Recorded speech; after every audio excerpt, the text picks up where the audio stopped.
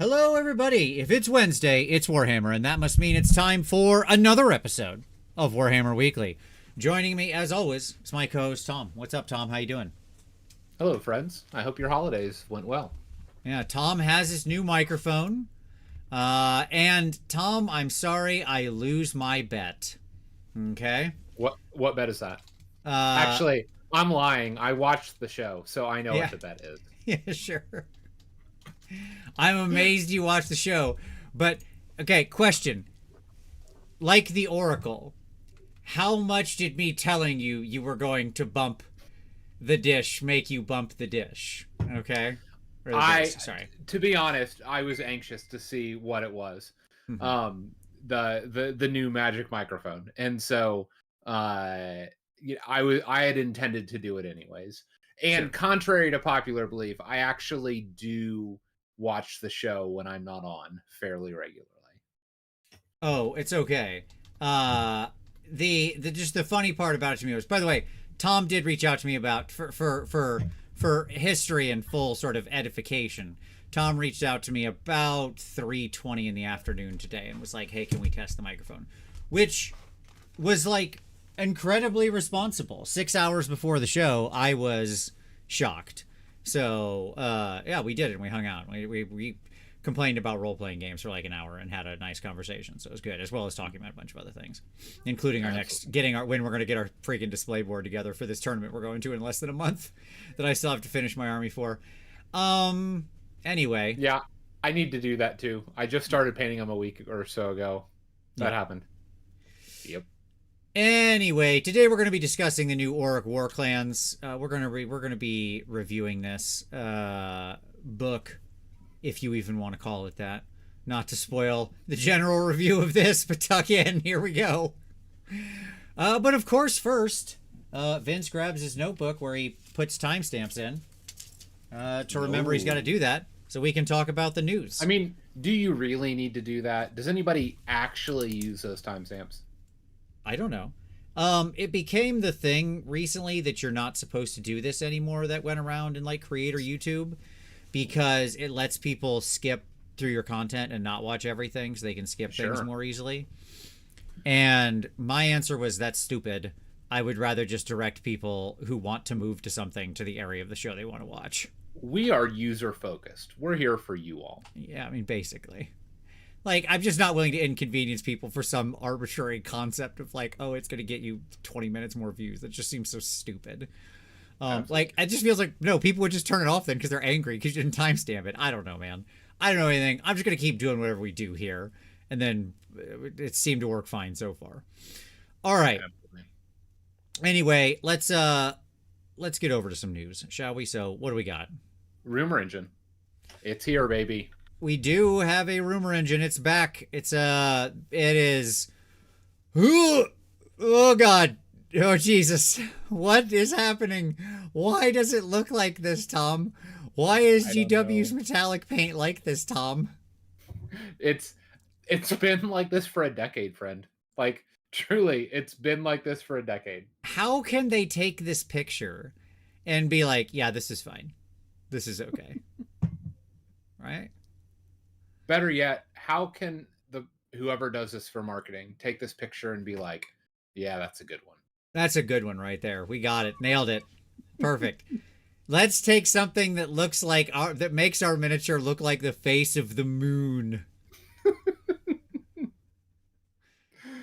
Yeah, it's not great, folks. It's not great. I don't know. It's a chaos shield or something, or a goblin shield, or whatever. Could be any of a million things. I doubt it's a goblin shield since we just got a bunch of goblin stuff. So I don't know, some kind of chaos shield. I don't know. It's not Suns. I would say Cruel Boys because there's a very Cruel Boys-esque face like that, but there is. I don't think so. Right? They're little scare shields. Yeah, they are scare shields, but their scare shields aren't as symmetrical as this one. Yes, they also aren't painted metallic. Also true. So I don't know what to make of this. In fact, this was actually delightfully curious to me when I saw it. Sure, it's neat. It's probably an AOS thing, so that's cool. But at any rate, yeah, okay, cool. Good. I mean, you know what? Fine enough. I You know can't what? stare at it, Tom. This seriously infuriates me. This metal paint. This thing. Taking this picture here, I'm gonna flip this. You ready to flip this? I'm ready. Let's reframe this. This is a wonderful example that you could use in painting and entry level painting classes of what it means to do highlights. Because Yeah, you can sure. see every single layer. Boy, You is can it? see Yeah. you Clear can as a see bell. Yep, all the way up. Like where they started and where they laid every single color, every single stroke, all of it. Right. Yeah. So this is a wonder. You know what? Throw this in your PowerPoint, friend. You can use this in painting classes. That's a good point. Luke Vash said Chorfs, and yeah, maybe I could see this being a Chaos Dwarf thing, 100%. Like being all metal, I would assume they'd have a lot of metal, be very metal heavy if they came back out. So yeah, right on. Yep. Yeah, I can see that. That makes sense. Okay. Next item, a much better. Yeah. So Bretonnian. Let's talk about some old world stuff. Yeah, this Wormslayer guy. I saw him. He came out pretty cool looking. I like him. Nice, very nice paint job from the person who did it, whoever you were in the special studio who did this paint job. Yep. So yeah, just very cool. Cool little simple foot model. You know, Brett Hero named Wormslayer guy. So Cedric or Cecil or something of that nature. Couldn't really remember his name. Doesn't matter. But at any rate, I just really liked the figure. I thought it was really nice. Yeah, I like love the these. yellow. Yeah, exactly. Good color scheme, really bright and vibrant. They do such a good job with the Bretonnian characters. Like, Tom, we talked about it, I think, on a show you weren't on, but man, all of the Bretonnian stuff from last year and whatnot was just absolutely killer. The Lord on Pegasus, the what's her name, Lady Elshar de Louise or whatever. I'm not sure, but you and Chuck talked about this, in fact. Yes, that's right. There you go. At any rate, just really good stuff. I just continue to be impressed by what they do. So cool. Yeah. Ironically, this is really close to my my Skaven scheme. Oh, this yellow and red. Yeah. Mine's more like a magenta, like a plum. But yeah. Gotcha. As opposed to the orange red. Yep. Red purple instead of orange red. Gotcha. Yeah. Well, there you go. It just shows to show you the line between order and chaos is so thin. So thin, just a couple brushstrokes. Yep. And then finally, the LVO preview is dropping soon. And my first single is dropping. Yes. Indeed. Soulblight is indeed that single, it seems. There he is. There's that guy that's already been spoiled. There he is. That we've already seen pictures of. This Blood Knight horse guy. And then some kind of insect bug thing. Okay, cool. I don't know what the heck this is, but it looks fantasy. Are these all? Here's a question: are these all AOS? No, this is an AdMech robot or a Dark Mechanicum robot, one of the two. And then this also looks like a 4K thing. The far left, I felt like could be something. I felt like the far left could be the OBR. It has some of the silhouette of OBR stuff. No, I think it's like an Emperor's Children thing or something like that. Maybe it's just the color that's giving me that impression, but or something like that. I don't know. Okay. Yeah, Lucius the Eternal is the pink. There you go. Yeah, sure. Yeah, it should be an Emperor's Children thing. But at any rate, and then this is also a 40K thing. I don't know what this guy is. I don't know what Mr. Yellow is. Dunk says Beastman Shaman in the middle. Yeah, maybe. Kind of looks like it, but that probably I don't know where we'd be getting a Beastman thing. Maybe they're making a new character for their presence in the old world. So if for that relaunch, could very well be. Or Gur Shaman could be. Sure.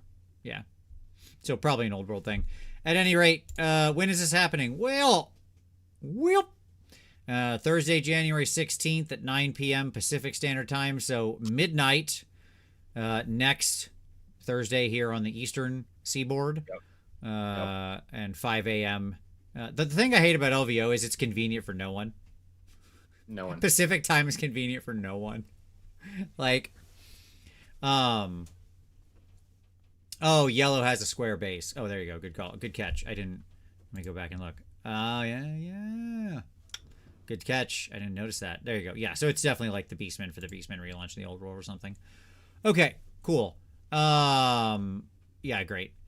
And then the W. Soren says Lucian, Thanatar, Goatman, Necromunda, Black Knight. I'm sure. Okay. Makes There you sense. go. But 40k, Age of Sigmar, Old World, Necromunda, Black Library. So really limited game previews we're going to be getting here. I suspect it'll be those 4 and basically those 4 or something.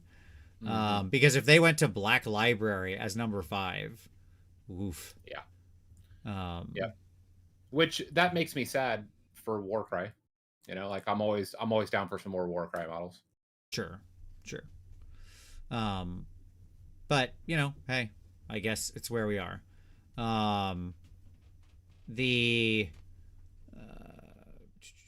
Yep, there you go. Right. Okay.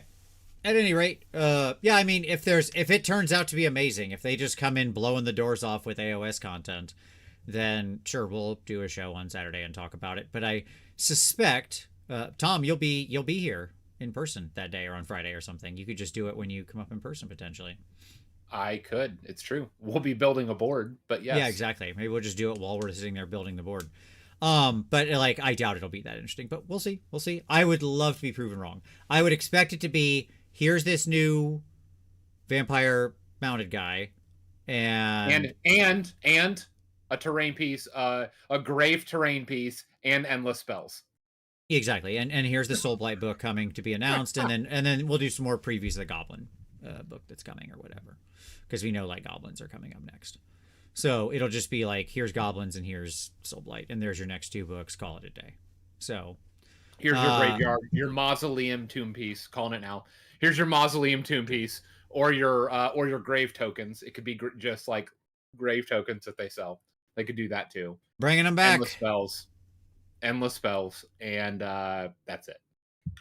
Manzak says, I just hope they show off more than one model for Soulblight Gravelords. The text in that preview made it sound like they would only show some of the models. Manzak, prepare to be disappointed. So, that's what I'll say. Yeah, it's going to be the horse, and maybe a glimpse at an endless spell and or terrain bees. Yeah, and I suspect that's what they're getting. I don't think they're getting anything else. So no, like if anything, they might get like a new skeleton infantry replacement for Graveguard, because that kit is terrible. It's so bad. Gotcha. It is so bad. But that's it. You want to mute your phone there, Grandpa? Just checking real quick. Gosh. Hey, you're the one that wanted this nice microphone. Anyways, it picks up everything. Great. You can get a noise gate. I'll get you on that next. I'll get you the software and codecs you need to make good use of it. But anyways, continue. All of that to say, yeah, I think they're going to get the orc treatment. They're going to get exactly what orcs did. Sure. Yeah. I would assume. That's basically the news. Anything else we missed there, Tom? Not really. It's all pretty low key. Yep. Okay. Cool. Oh yeah, Lord Fawful said it's worth noting Heresy isn't on that graphic. I don't think that's going to be a 30k Thanatar. Good call. That is a good point. All right. Maybe it'll be a cool, I don't know, second Necromunda thing. Some big robot in the Underhive. That'd be neat. Okay. Well, let's move on to some pick of the week, shall we?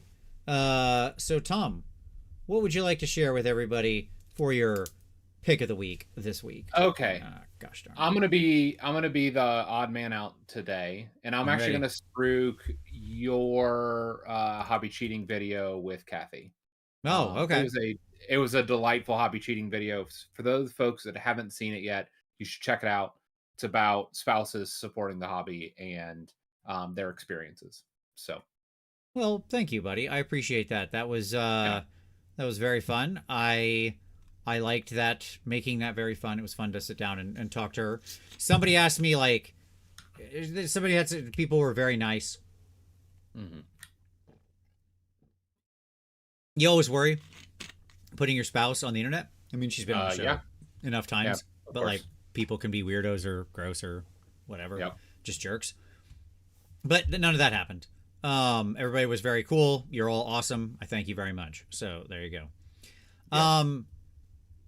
My pick of the week is going to be for our good friend Paul Conti over at Radio Free Hammerhall. Oh yeah. I got 2 picks actually. So pick number 1 is for Paul Conti at Radio Free Hammerhall, who had a thing saying, should GW end the double turn? And he's having a discussion of the new mechanic of like now that it's even more complex, right? Or should we just give up? Yeah. Well, okay. It's so funny.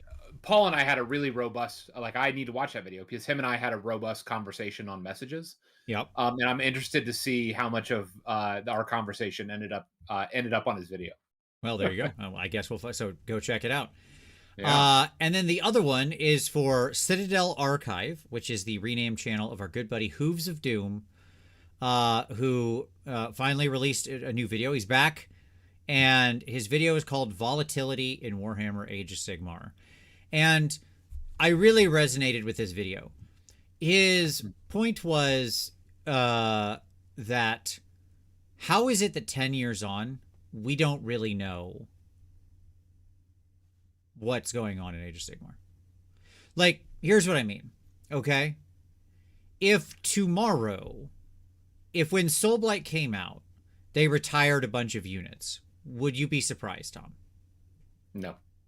Okay. If at the launch of 5th edition, they retired a whole army or two, would you be surprised? No. But do you have any concept of that they would do that? Like, in other words, do you expect that to happen at the same time? Are you like, yes, this will be a thing they do? No. Right. That's what he's talking about. Okay? Right. What is happening here? There's no business as usual. Right. Exactly. That's his point. And I thought it was really well stated. Okay? Yeah. So it's very insightful. It is. The fact that, like, 10 years in and we still have this much tumult. What armies are in the world or aren't? What should we expect to see or not? What's going to get refreshed or not? Yep. Right? Like, part of this is they've never sat down and really shared their vision of the world, right? Like, when the next Cities book came out, okay? Yep. Could it be all of the Duerden and Dark Elves are retired? Yes. Yep. Could it be that all the Duerden and Dark Elves get relaunched and get new kits and like, or to some degree, and are like new units joining the new Cities units? Yep. Somehow also yes. And I could not tell you which one of those two scenarios I believe is more likely. Yeah. That's crazy. Yep. I don't disagree with you. Like, it really is. It's surprising how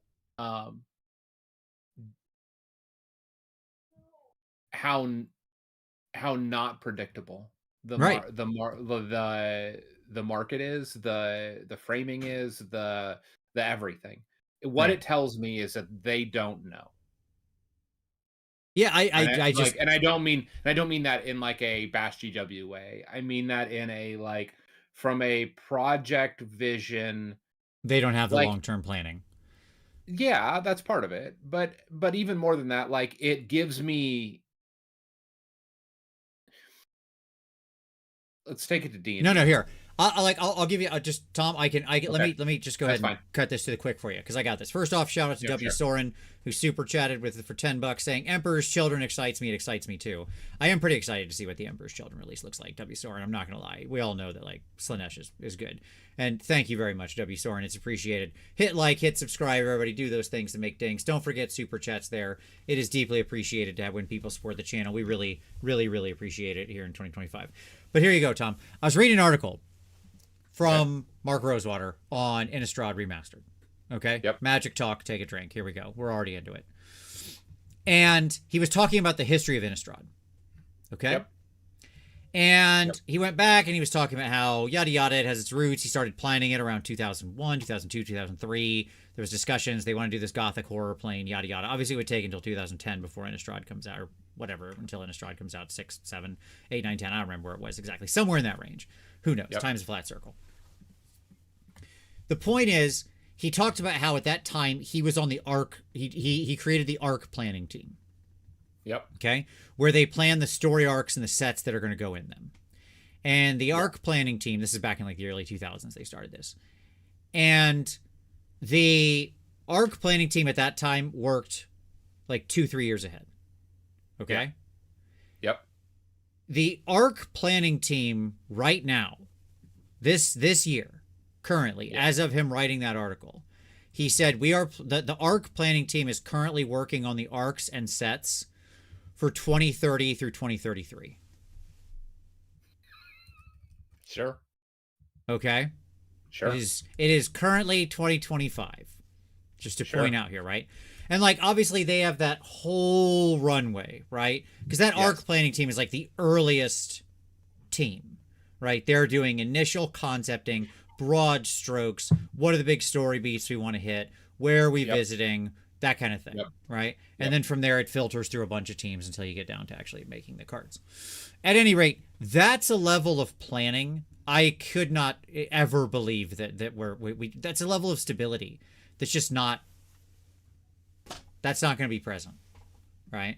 In yeah, and I don't know if it's reasonable. Like GW hasn't. It doesn't seem like has ever operated that way, and like I think that this is part of where this is GW's is a model company. They've said that before, and they actually are. Yeah. Like we shouldn't be surprised by this, by the depth of the story that we're getting and the trajectory and narrative and all that. Like it's based on models, folks. Yeah. Like at the end of the day, it's about toys, mate. Like that's what this is about. And the things that are the most catching that the sculptors are putting out, right? That the what's being designed, that's what's gonna move the needle and move the narrative. And everything else is gonna flow out of that. That seems like where they've been and where they are going. Yeah. And yes, Dunk, I'm quite sure those NDAs are powerful. But at any rate, yeah. So it's just a good video. Check it out. I'll link both of them down in the description. So there you go. Yeah. All right. Hey, let's talk about some hobby time, shall we? Get off that. Yeah. Okay. So what have you been working on, man? 3 things. All right. The first is my army, the aforementioned event that we're going to in a couple weeks that I just started painting. Yes. I almost have all of my base coat on. Okay, that's pretty good. So that like not my basing. Like my basing is all still done, but the base coat of most of the models are almost there. So that's nice.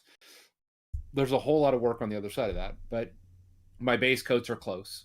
And so I have my sketches of my models basically done.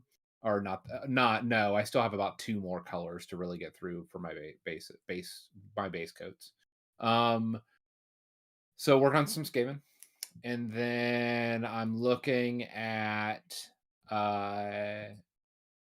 I've also been working on an unnamed project that I can't name because of NDAs that NDAs that I may have not signed, but I'm getting paid for.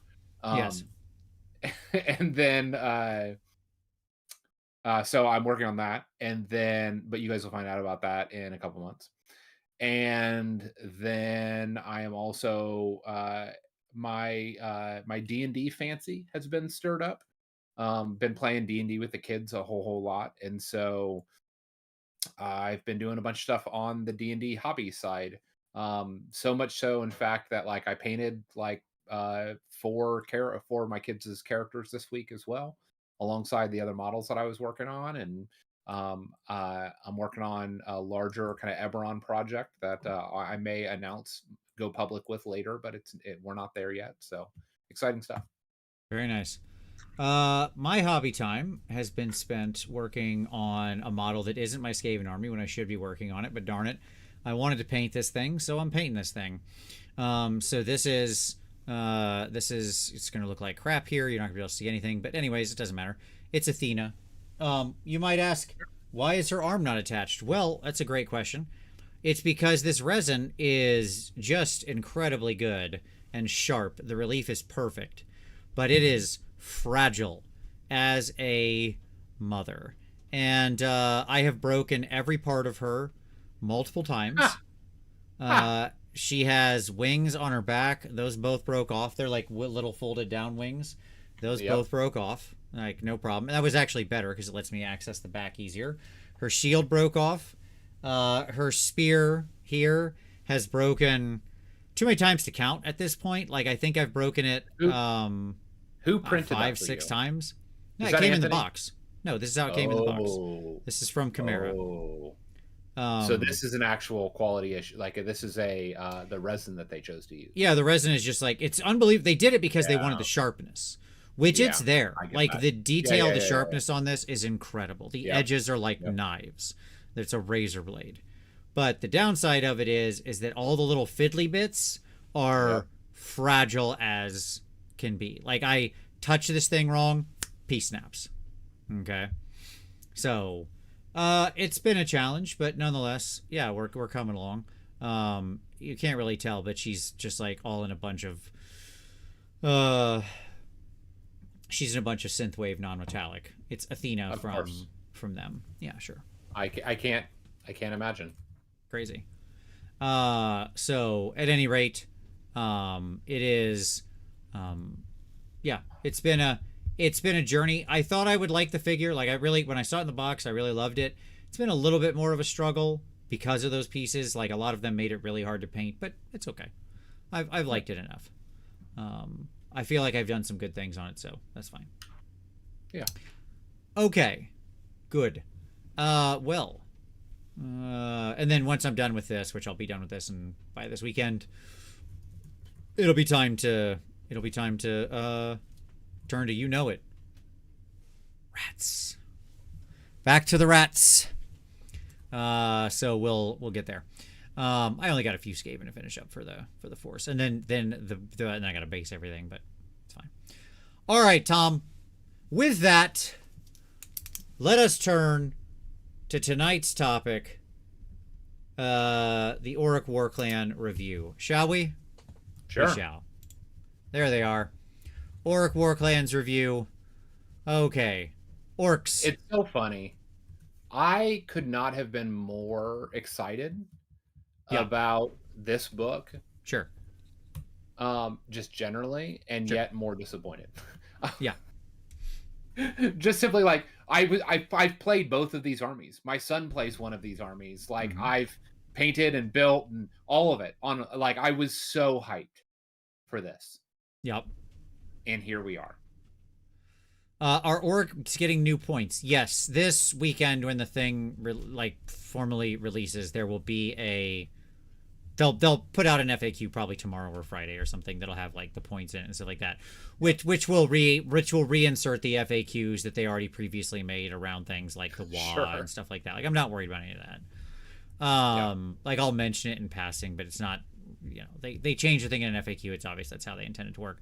I imagine the points will basically be the same as what they were as per the battle scroll, because all points are digital now, so it's not like they have some reason to change it. So right, that's true. Okay, like maybe a thing will go down 10 points or a thing will go up 10 points or something like that, but I would expect it to basically be equivalent. All right. Yeah. So overview. All right. Okay, this is not going to be a negative show, I promise. I'm going to try to pull as much out of it, but I am going to be straight with you all. That's what we do here. Okay? Yep. Like, this is one of the worst copy-paste jobs from an index so far as, like, the actual books go. And yet, everything that changed actually changed more or less for the worst, with, like, one exception. Yeah, I think that's a good. That is an accurate summary. So it's everything is either copy pasted and boring or materially downgraded, with like one notable exception. Okay. Yeah, I'm interested to see what you think that exception is. Yeah, sure. I'll talk about it. I think Cruel Boy suffered worse than Ironjaws, which is sad because Haywo and I talked about how we both thought that the only successful design-wise Destruction Army was Cruel Boys. Like, they stood apart as, like, actually being an interesting, like, an interesting army from their, like, design perspective and how they played and all that kind of stuff, right? And then we threw most of that in the trash. And by the way, if you did want them to play in a particular way, that's fine. You could have changed some things. Yeah. But like you got to give them something. If you're going to take so much, you got to give something in return, and that's what we didn't do. W. Soren with a $2 super chat saying, "I now have an Ironjaw's army just to paint them." Very good. Look, that is one of the best things to do with them. They are really fun to paint. Like, look, joking aside, Ironjaws are one of the most fun painting things I've ever had. I loved painting my Ironjaws, and I still would paint more. they're just incredible fun. I have a few more units actually to paint, still just sitting around for whenever I have imaginary time on my hands. Okay. I think that the reason Ironjawz is in a better place is largely due to their prospects because of the Battle Scroll. The Battle Scroll really helped them in certain ways. Yeah. Like they can be higher drops now and draw a benefit from that, right? Yeah, like draw a material benefit from that. And in some ways they can really benefit from that. In other ways they're going to struggle, just because of the way that heroes slot into their like support heroes and stuff like that. But I agree. In general, I agree. Yeah, I mean the problem was they were always pushing you like to really do what you wanted. You almost had to be super high drops in Ironjawz, and that's still true. But now you're actually in a pretty decent place if you do that. Like if you're like 4 drops, which is the couple Ironjawz lists I've made are all 4 drops. Okay. Yep. And so you'll tend to be higher drops than your opponent. So you'll tend to get the 2 honor guard abilities, and you have like 2 very obvious choices for those. Yep. So that's fine. It's so funny. Like I like in list writing and in envisioning how things play, like I'm almost always like, let me say it this way. It's so hilarious the quality of difference between the old honor guard abilities and the new ones. Oh, the I know, new right? ones are always the right answer. Yeah. So at any rate, I mean, KB, the problem with Cruel Boys is they really didn't benefit from that as much. There's just not as much to make them those new abilities. It's very hard for them to take advantage of the monster when not impossible, but it's harder. I agree. Like, let me just say, I agree. Yes, but I think that there is one real standout. The way that the monster abilities get applied is what I would say. That's fine. Like having to take the big bird or whatever to get the monster is such a tax. Such a penalty. It is. He needs to be 300 points. Like I'm going to say it again. Sure, but this is the reality. We're getting into details, but like my point is, there's challenges. Okay, Cruel Boys didn't need the +2-inch move as much. They just didn't. Right. That's true. Like they have teleports. They don't want to scream forward across the board and run into you. They play a more cagey game. Their move is generally fine. They were slightly faster already across the board. So like it just whatever. Sam Gardner with the super chat saying super happy the show is back to its normal time slot. Perfect afternoon work accompaniment. Please don't quit your day job, Vince. You and my wife are both on the same page here with this one, Sam. Don't worry. Okay. The new manifestations are fine. They're fine. And the terrain is silly. There you go. There's my overview. Did I miss anything, Tom, in the overview? No, I would agree with in general. Like, I think the spells are fine. I would love if they were better. But they're fine. And they could always be adjusted, right? Like through an errata to be better. Change some of those values and you're cooking with gas. But where they're at, they're fine. And then the terrain is curious. I don't remember when inverse from what you would expect. Yes, I don't remember when I heard you say that, but it's so true that like there's no reason why that the Ironjawz piece should be debuffing and the Cruel Boys should be buffing. Right. It's like they have no concept of what they want these armies to be. They really just don't. They really don't. Those terrain pieces tell me they don't understand what they want these armies to be.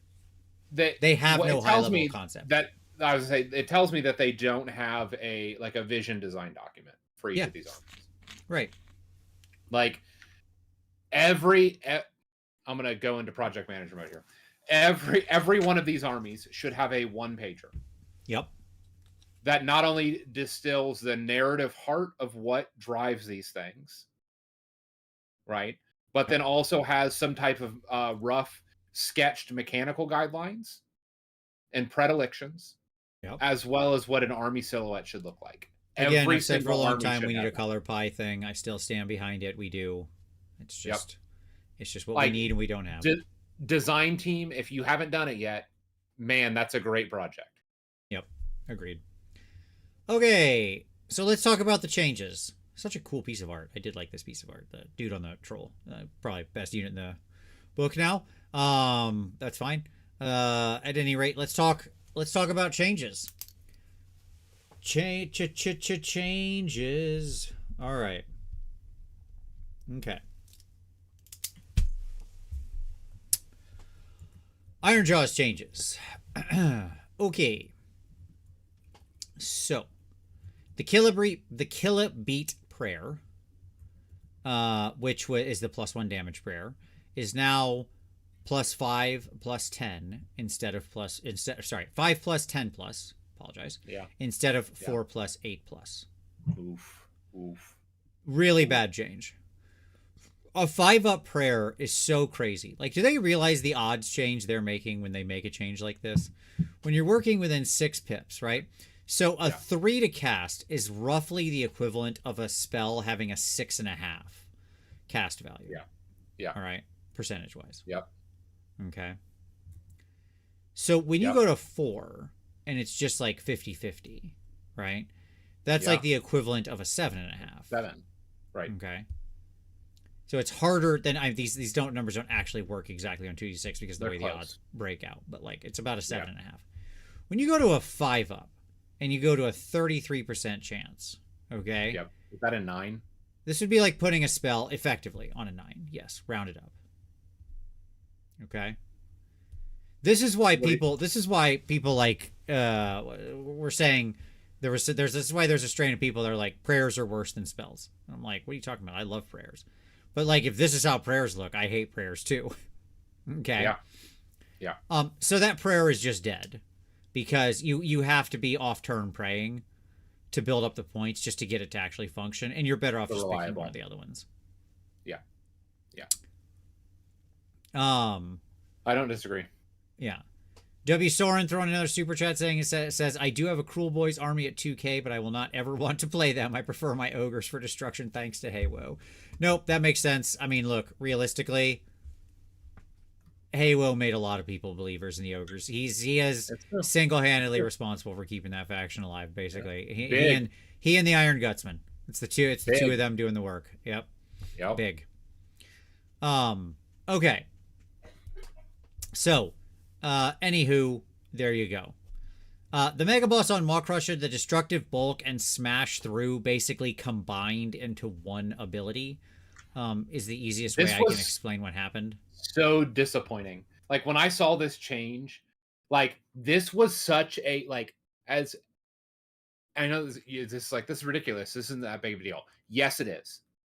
Okay. Because my son almost snaked a game at Holy Havoc because of this ability. Because he charged something and piled in 11 inches out and around and almost swung his butt into under control that he needed to around a set of shackles or whatever, right? Like, it's like, it's heartbreaking that this changed the way that it did. That's what I'll say. Yeah, sort of. I mean, look, but nobody was using it. Let me just say that very few people were using it, so they don't know what it feels like to utilize it. Yeah, it still lets you move that distance. Like, to be clear, my problem with it is actually now that the Mega Boss on Maw Crusher, it's the dumb 2d3. So you only get to do this on a 2-up on a d3, right? So in other words, 3 plus on a d6. Yep. And you get to move 2d6 inches. It's way better than a pilot because you can go other directions. You can move into another unit. Like, it's a very powerful ability. Okay. But it's also now triggered. It's not automatic on a charge. It's a once per turn army, any combat phase. If this unit charged this turn, roll a d3. Right, but again, it's not automatic because it's based on that d3. Yes, correct. That's what I'm saying. Yeah. Yeah. And like, that's the part of it that sucks. It is very powerful. Okay. But like, okay, it's fine. Sure.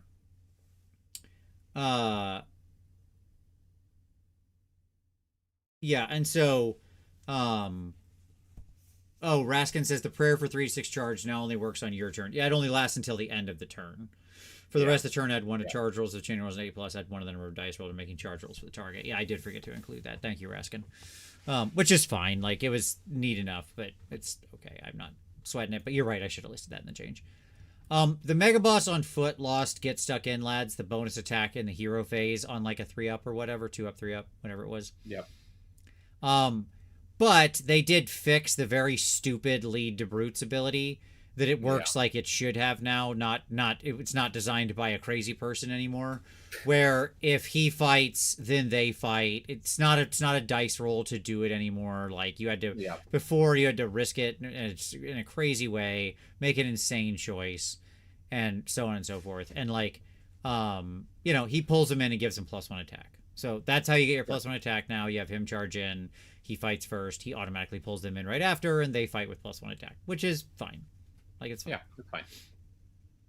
Honestly, I would rather have this than the 2 abilities we used to have, because this is automatic. And the other abilities roll dice and really hard to use. I agree with that.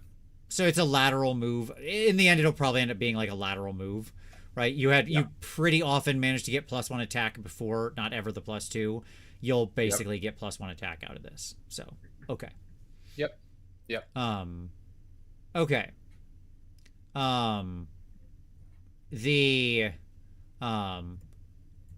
Lokrit said Iron Jaws are way too one-sided. You more or less just have to throw your entire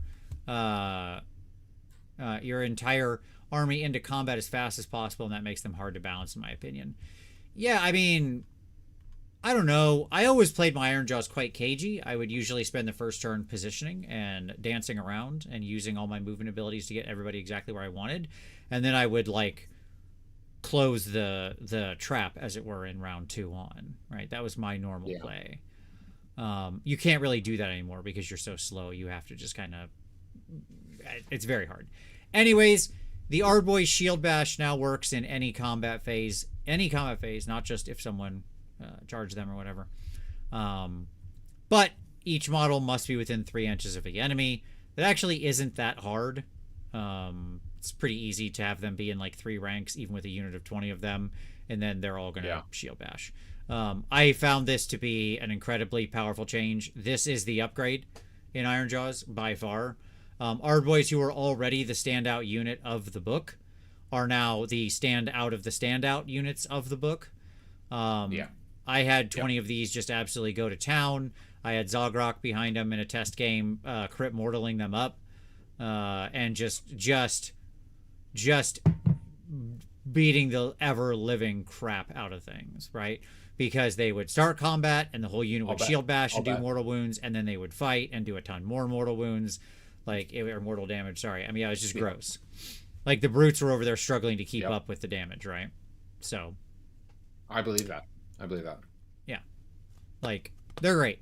Our boys are really good, and if you got a bunch of these, congratulations. You've chosen correctly. And that's to the point earlier of, like, your goal with Iron Jaws is just to get across the table and charge. Like, not really. With our boys, like, I'm just content to, like, move to objectives, just post up with, like, 2 packs of 20. I don't need to get into combat with anybody. Yeah, I'm not locked in here with you. You're locked in here with me. Yeah. Right? Like, go ahead. Charge me, bro. Is there... Yeah, that's exactly right. They set up, have their hero, their support hero, Weird Fist, Shaman in the middle. It's gold. Yeah, because, I mean, unless you... Other than being charged by the worst things in the game, so that is to say, like, 6 Varangard or something are still going to blow your unit up, of course, but that's just 6 Varangard. That's just what they do. Yeah, but even then, like, if you get into them, like, with, like, if you can get into them with both of your units, right? Like, you countercharge them, right? Like, you're going to shield slam, and you could like mechanically lift 2 ponies with a shield slam. It's not the average. The modal outcome with 2 of them shield bashing is you lift 1 if you don't have the Ardboy boss, or 2 and change if you do have the Ardboy boss. And that's what I'm saying. Like, if you have the Ardboy boss and they come into you, if you can countercharge and get that second block into them, you could kill half their unit before they attack. Yeah. No, I agree. Like, absolutely. That's why, like, having 2 of them in place posted up where the Varangard have no choice. If they charge 1, you're going to get the easy countercharge back on them. Yep. Right? Yep. Yes, that is, even to that unit's very scary. Now, if it doesn't work, they will just blow through one of your units. Sure. And you got to make sure you have the command points for the countercharge and blah, blah, blah, blah, blah, blah, blah. But I agree. Like, they're very strong. That is the point. And so it creates a play pattern of Ironjawz I actually have very little interest in, which is walk up in the center, stand. Right? Yeah. That's it. They very much want to play like old Sons of Batman. Like, I stand on circles. Yeah. And like, the difference here is our boys do Sons of Batman way better than Sons do, because they actually do real damage. Right? 40 wounds on a 3-up, 6-up. yeah, exactly. Because that's exactly how my unit was built and what I was doing, and like, it's if you're in Zogrox, it's 3-up, 5-up. I was not in Zogrox, but I was on 3-up, 6-up, and like it's just a lot to chew through. That's doing a lot of shield bashing on you. Okay, agreed. W Soren, you can do it, buddy. 6 is a good start. Get to 20 and you're all there. It's 14 away. Okay. So that's the big changes with Ironjawz. I mean, it's not a lot. Most of Ironjawz is honestly pretty copy paste. You got like 1 clear downgrade, 2 lateral moves, and 1 clear upgrade. So I don't know what that's worth. There you go. Yeah. All right. Changes for Cruel Boys. By the way, all changes that I have on these little screenshots are courtesy of our good buddy AOS Coach. I don't know this army well enough. I couldn't be arsed to go and look at every page and do all these things, but Coach could. So thank you, AOS Coach. His channel will be linked down below. You should go subscribe to him and do something for him if you haven't already. And tell him that Vince said he rules. Just go to his channel and leave a comment that said Vince says you rule. So there you go. What would you recommend to get if you start with the new Ironjawz Spearhead? Tom, what's in the Ironjawz Spearhead? I don't even remember off the top of my head. 10 Ard Boys, 5 Brutes, 3 Ragers, and a Brute Boss. Okay. Or a Mega Boss. A Mega Boss? Okay. Yeah, a Mega Boss.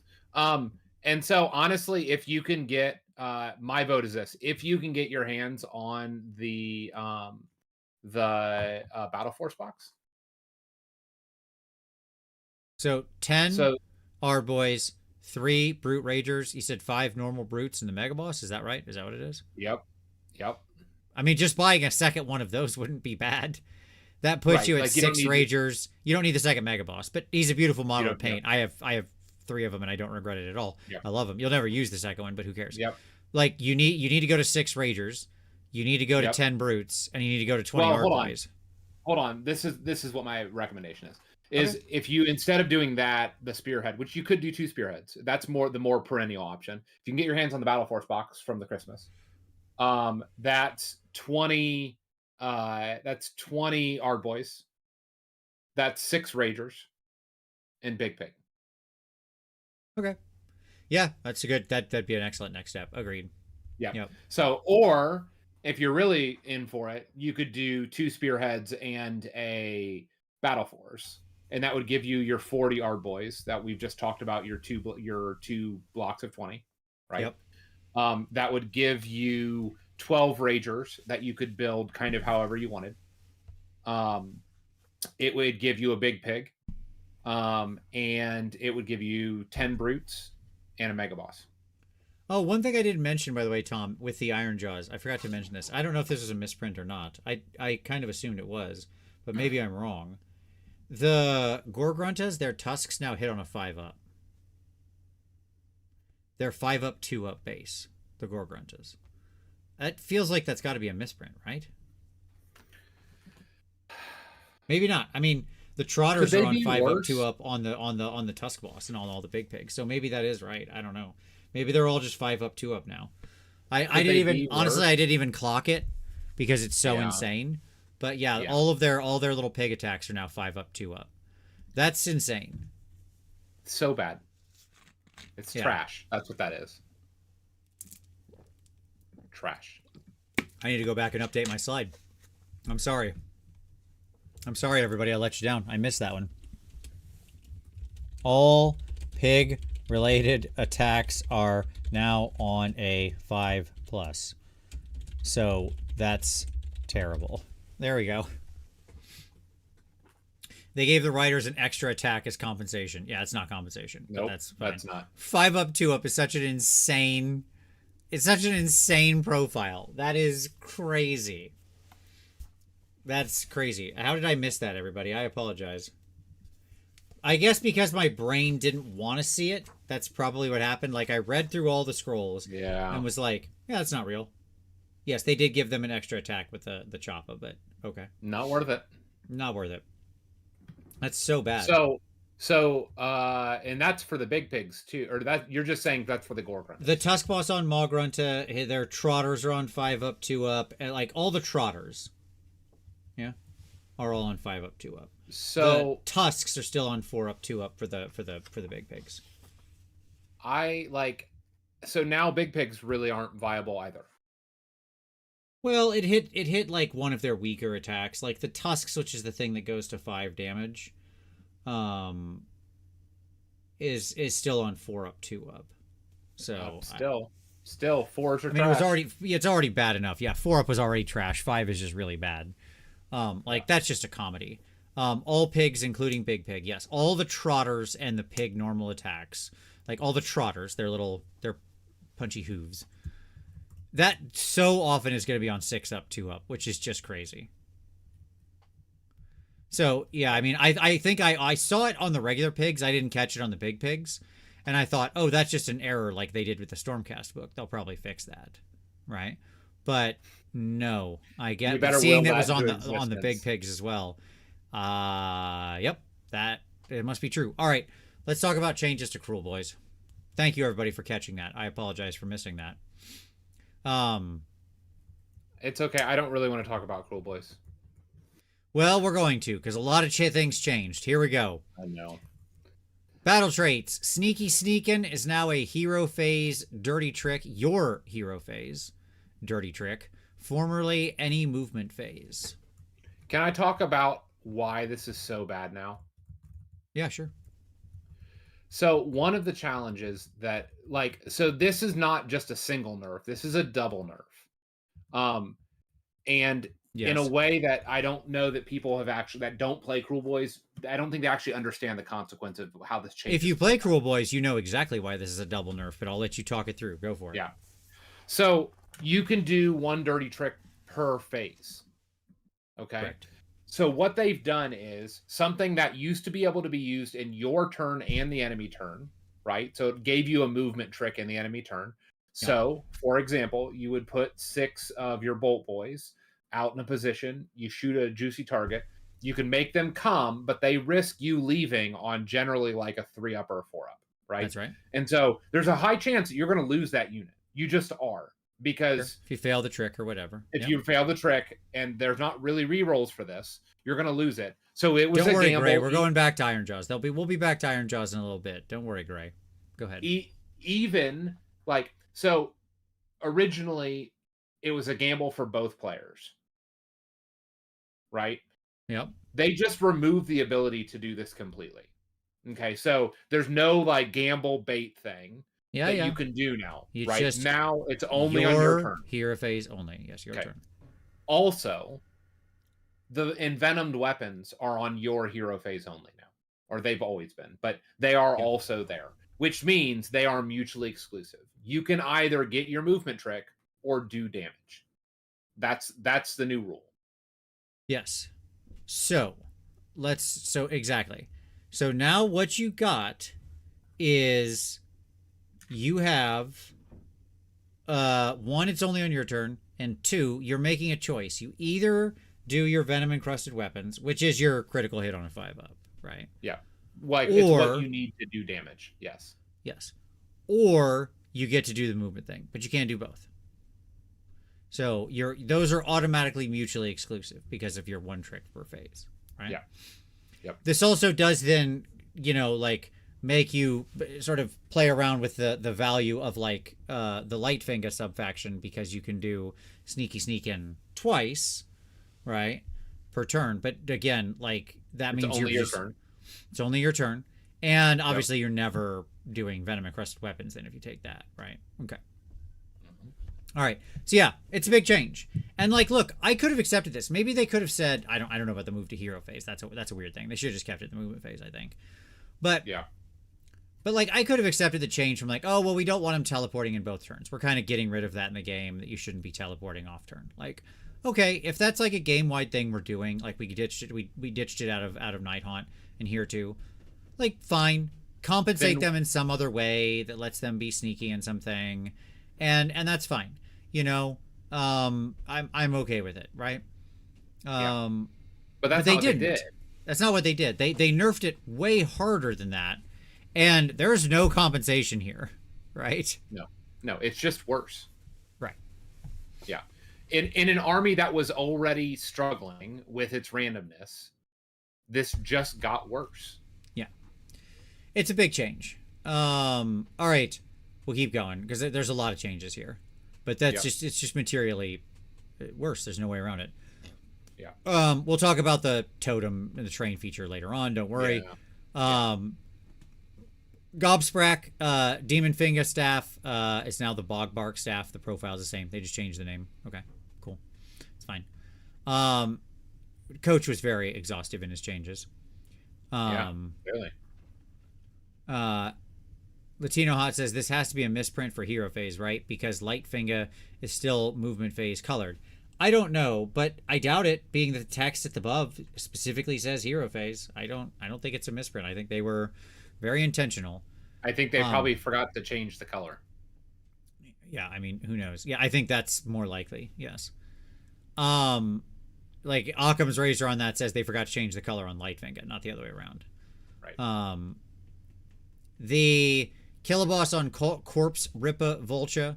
Vulture Dive now declare if this unit charges this phase, pick an enemy unit in combat the way that to be the target. Used to be an Ench, now it's just in combat. So okay, cool.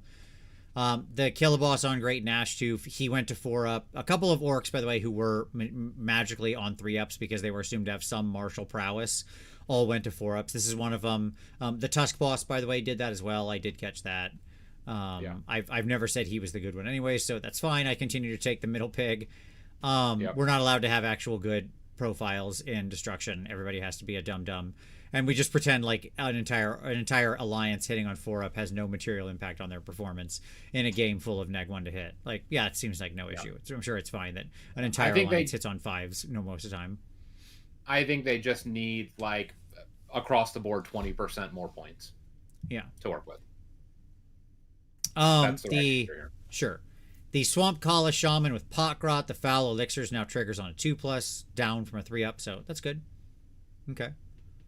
Average orc cheaper than a goblin. Then they might compete. Yeah. Yes, I agree, Gareth. They seem less valuable than your average goblin. I'm not sure what's going on there. The Breakaboss on Myrobrute Troggoth, the Break Harness, allocate D3 damage points to this unit, and then the ward rules cannot be made for these damage points got deleted. So that's cool. That's great. Sure. Given the way that I was kitting this guy out, that's gas right there. Like that's that's actually a good change. Yeah. It's fine. It's fine. We'll talk about that. I mean, I really do think the Breakaboss on Troggoth is like one of the two things you're going to see people lean very heavily on going into the future with this army. You're going to see a bunch of people try like the shooty builds and just try their best to be sort of castly and runaway and stuff like that. And then I think the other ones are going to be people trying to do Breakabosses on Troggoths. I think it'll be Breakabosses and Gut Ripper Horde. Like I think it'll be hordes of Gut Rippers, and then with Breakabosses behind them. I mean, like, Gut Rippers themselves are like, they'll be cheaper, but they're not like, I don't know. They die very easily. That's all I'll say. Yeah, they do. Oh no, they absolutely do.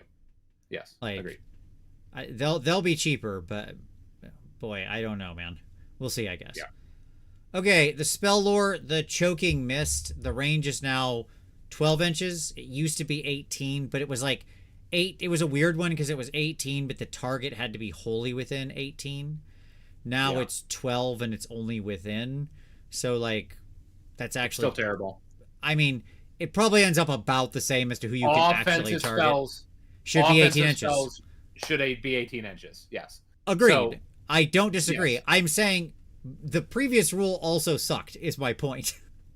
Okay. Sure, but 18 was always still better than 12. Yes, it's just it's very easy for someone to be within 18 but not wholly within 18 is my point. Sure. Right. Sure. So Yep. that's fine. Okay. And then don't worry. We're getting there. We're getting there, Jangaroo. Oh yes, there's a second page. Yes, there is a second page. Yeah, everything that was good about Cruel Boys got changed. So, yeah. The Snatch a Boss on Sludge Raker Beast, rewritten abilities. So, Sludge Raker Venom, your hero phase. It's some more impact. You can just stop. Yes. So, that's fine. And then... It's bad. You pick a unit. That unit has the Sludge Raker Venom keyword. I think it's supposed to say Festering Wounds. Once per turn, army, end of any turn, declare pick up to 3 enemy units that had any damage points allocated to them by combat attacks made by this unit or a friendly unit with the Sludge Raker Venom keyword to be the targets. Roll a d3 for each target. On a 2-up, you get to inflict an amount of mortal damage equal to the roll, or you subtract 1 from wound rolls for the target's attacks until the end of the next turn. Keyword Rampage. Okay, that's fine. It's like something. No, it's not fine.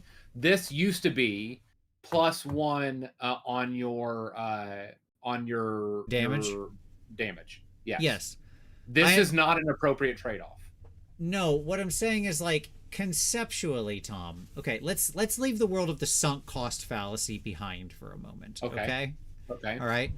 Like conceptually, this ability is fine, and I really just mean that. No, like, it's not. No, it's not. Okay, how many wounds does a Sludge Raker Beast have? What's 12, it save? Right. What's it save? 5 up. Right. I think you're pretty close. So here's the deal. So I'm doing this off the top of my head, an army I don't play. So you're telling me somebody with 12 wounds and no defenses. I'm wrong. It's 14 health and a 4-up save. He's even better than I thought. Okay. No, that's still not good. 14 wounds on a 4-up save, no ward save. Yeah. You're saying that thing gets into combat, damages a unit, maybe multiple units, right? So you're not splitting attacks. Sure. And then at the end of a turn, you can use your rampage and maybe do some mortal wounds. No, that's not what I'm saying at all. That's what this does. You give it to somebody else. I mean, yes, he has it as well. But I'm not putting him in. Like, ostensibly, unless I can chew around the edge of something. Look, okay? What I am saying... Let me get my whole point out here. Okay? Okay. What I am saying is, if the old ability didn't exist, and he was just printed from the beginning like this ability would be fine and underwhelming. It would be a 5 out of 10 that you basically didn't care about. Because what it would be is it would be a buff you would put on your Gut Rippas, okay? Because that's what he would do.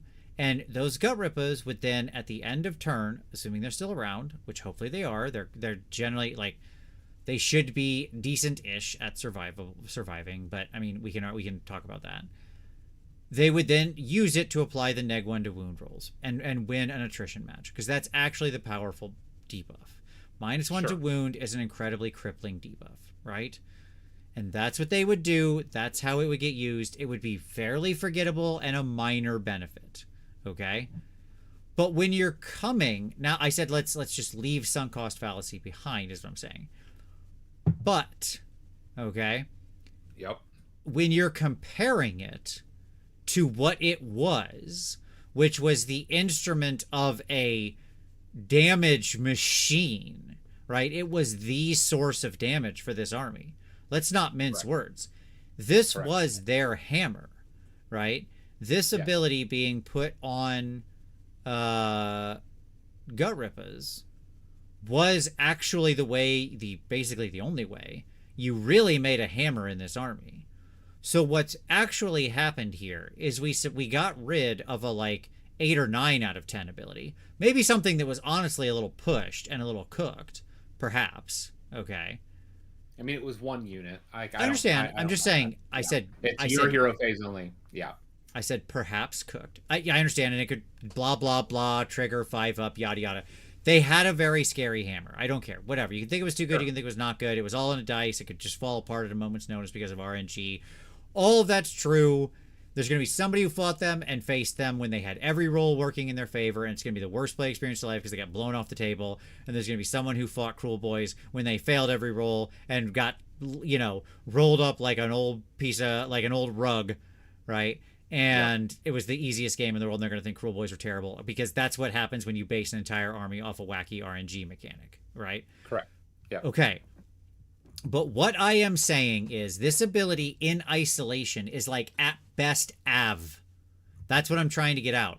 Right. But what it's substituted for, what it substituted for was an army making buff that was that literally defined the way you actually played in 4.0. This is an illegitimate, incorrect substitute for that ability. If you want to let me get my whole point out, I was getting around to freaking agreeing with you. It's all trash. Good night. So, yeah, the problem is just I don't know where the damage is in this army anymore. That's it. That's what it comes down to. Other than, like, again, Troggoth, maybe. A lot of Bolt Boys, I guess, sort of. A lot of things that are immune to that kind of thing. No, I mean, I think the army has to run Kragnos now. And they have to be the ones. I didn't even consider it because I don't even think about that stupid centaur. No, it's fine, but I think they have to run him in order to make contact first because they have a run and charge buff. Like, I think that like they have to though, and then get stuck in with like 4 or 5 different units. Like that's what has to happen now. Yeah. So I don't know. Ian Clark said it's a massive nerf. Yeah, I got to you. Hopefully, Ian, you see how I was getting around to your point. I was just walking us there through the logical, maze of it. Hey, Tori, how you doing? Hope you're doing well. Looking forward to some Magic games here in about a month or so. Warpstone Enjoyer, what's the word for when a unit delivers a fundamentally different experience? Ludonarrative shift? Yeah, I mean, do you want my honest guess on this, Tom? Sure. Okay. My honest guess is that they did not realize that they had built Gut Rippers into the hammer they did. Okay. I think it was an accident. You're saying that like the combination of those abilities, they didn't understand the monster they had created. Yes. And when they realized it, they were like, well, this isn't what we wanted for this book. They were never supposed to play this straightforward in a hammered way. And so they nerfed it. The problem is, like we talked about before, they don't have like a top-down design to say this is how this should work and the tricks they should have and stuff like that. And the kind of concept of, so we make up for that by doing this other thing instead. Right. No, they just took that away and now they have nothing. Yeah. I think they're in a really rough place now. I really do. Cruel Boys wasn't exactly blowing the doors off the thing before. It was performing pretty middle of the pack. Again, I think it was the most successful design-wise destruction army out of the indices. It was always hovering around 50%. It had a lot of RNG, which kept it from ever climbing too high. If played well by a skilled player, it did very well. All those kinds of things. And now, in a hammer meta where it is, I do not know what this army does now. I just don't. W. Soren with a super chat saying no Kragnos equals no good destruction. Nice. Yeah. I wish that was wrong. Yep.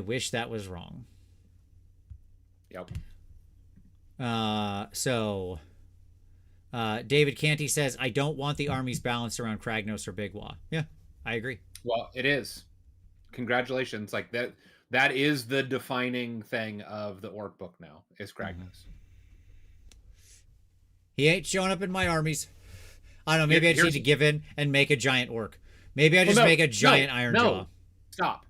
That is a terrible idea. This is what you do. I'm ready. You go get a rogue idol. No. You go get a rogue idol. And you put it on the 130 millimeter round, and you can now use it as either a Kron Spine, or you can use it as Kragnos, same size base, depending on your flavor, and it's appropriately flavored to your army. That's what I've done, and it works great. No, what I'm going to go do is I'm going to go buy a big giant orc toy. Okay? Like, there's got to be some orc figure, like from Todd McFarlane games or something. Or like a World of Warcraft.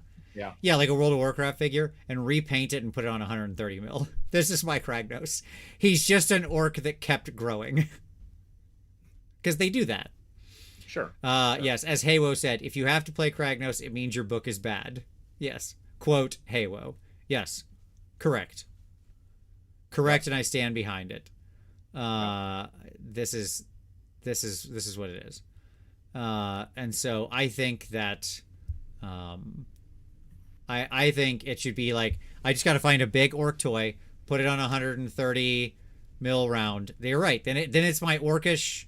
It can be my orcish incarnate, or it can be my orcish Kragnos. There you go.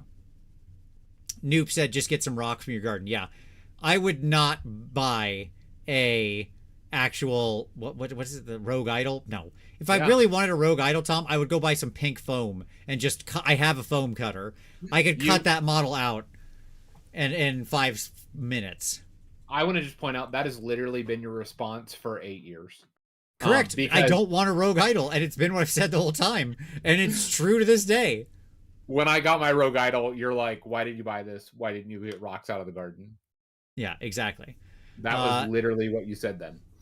Stuart, Iron Gutsman McGowan saying, how about a Gargant down on all fours? Yeah, well, exactly. If only their legs could, or arms were ever in any other position, Stuart. Wouldn't that be neat?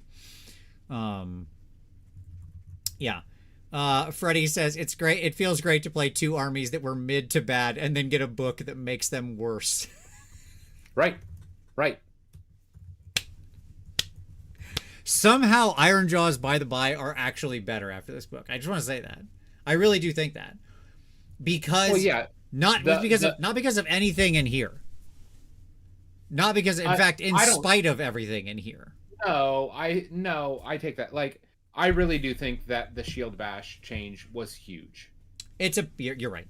That change plus the easy to grab a plus 2-inch movement, and then plus either the second of the bodyguard or the monster thing is incredibly valuable. Yeah, like, let's be very clear. They got Snake's Crystal Touch. Yeah. They got the Crystal Touch of the old Daughters of Cain. Yes. Plus, the manifestations actually help Ironjawz quite a bit. I'll also say that. So, for reasons we'll talk about when we get there.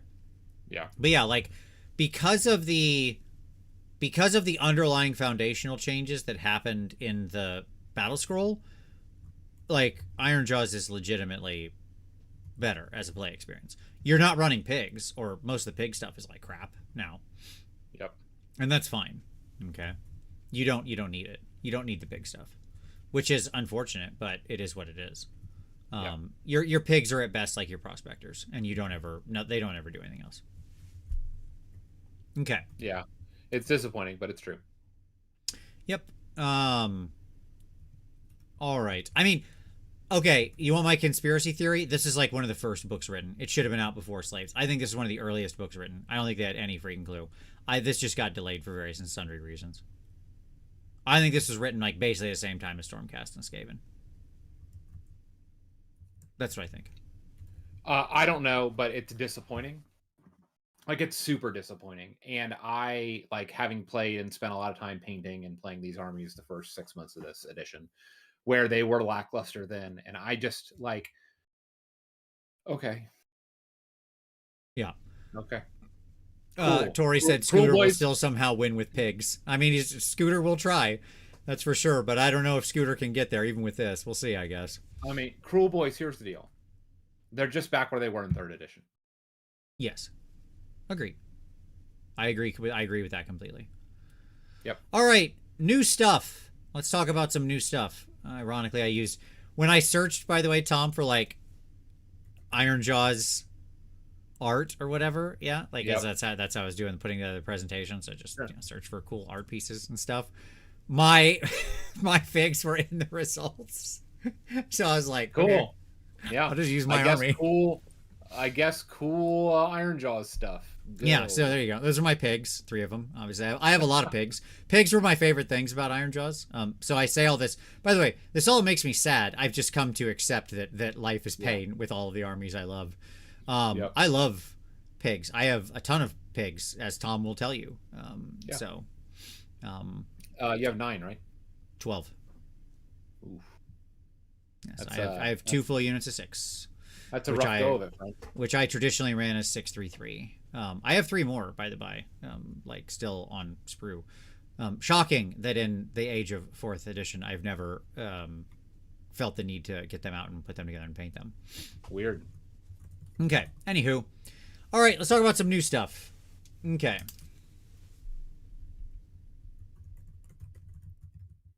All right. Just time stamping. There we go. All right. Let's talk about this dumb terrain piece.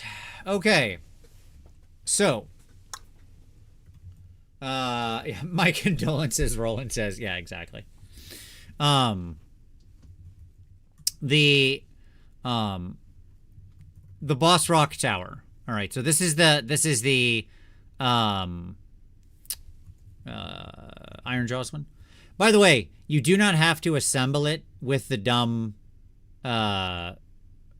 jaw plate on it. You can just keep it as the teeth. Okay. Okay.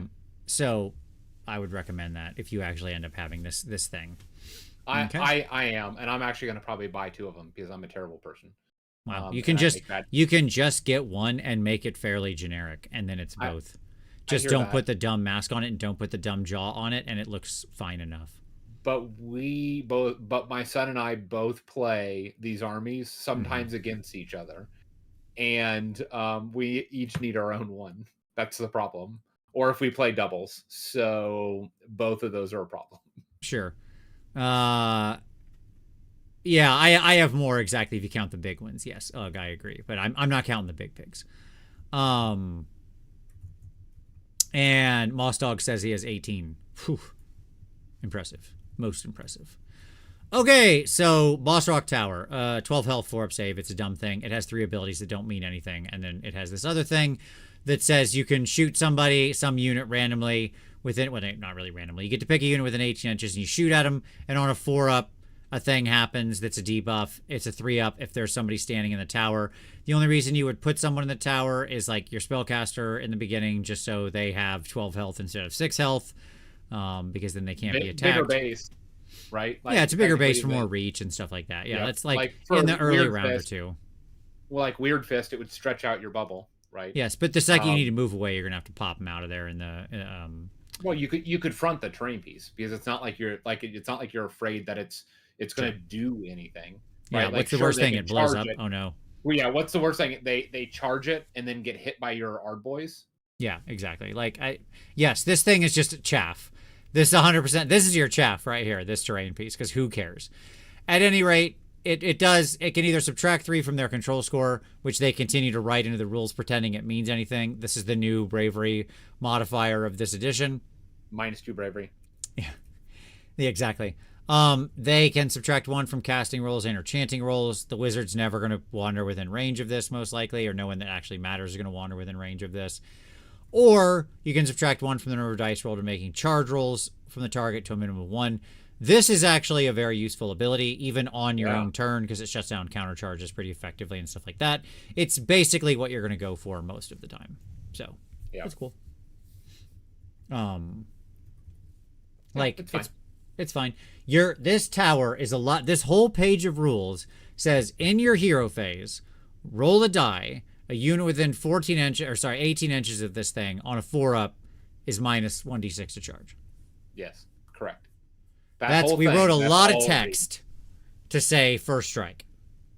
It's a lot of text. Well, this is like when first strike. That's the best part about this. It's not even first strike. Sure. It's first strike in your enemies. Yeah, when you're attacking or something. Yeah. Yeah, like on your turn when you charge. Yeah. At any rate, that's what it does. You choose that unit first. Yeah. Okay. Does the tower plus the feat for the -1 D to charge means you absolutely want the minimum 4-inch redeploy? No, though I think it is very good. The problem is you're very stretched on your CP, so like, yes, redeploying is very good, and I think there's certainly a construction with that, but you're often trying to pull, like, you often need your CP a lot. Yeah. Yes, indeed. W. Soren says Slanesh is pain and pleasure. Much like all armies I love, I only play those things that cause pain and pleasure. You're not wrong, W. Soren. Okay.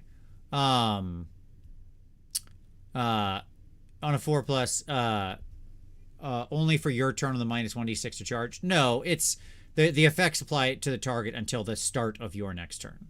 So, like, could theoretically be quite a while. I was just saying it's even good on your turn. Because like it shuts off if you think a unit's gonna be able to countercharge. This really does shut off that ability, so it's quite nice. All right, let's talk about this little dork, the Hobgrot Slitta boss, who I hope is a bonus hero somehow, because if he's not anything. That dude was made to be a bonus hero. He better be a bonus hero. Look at him. Sure. He's got bonus hero written all over him.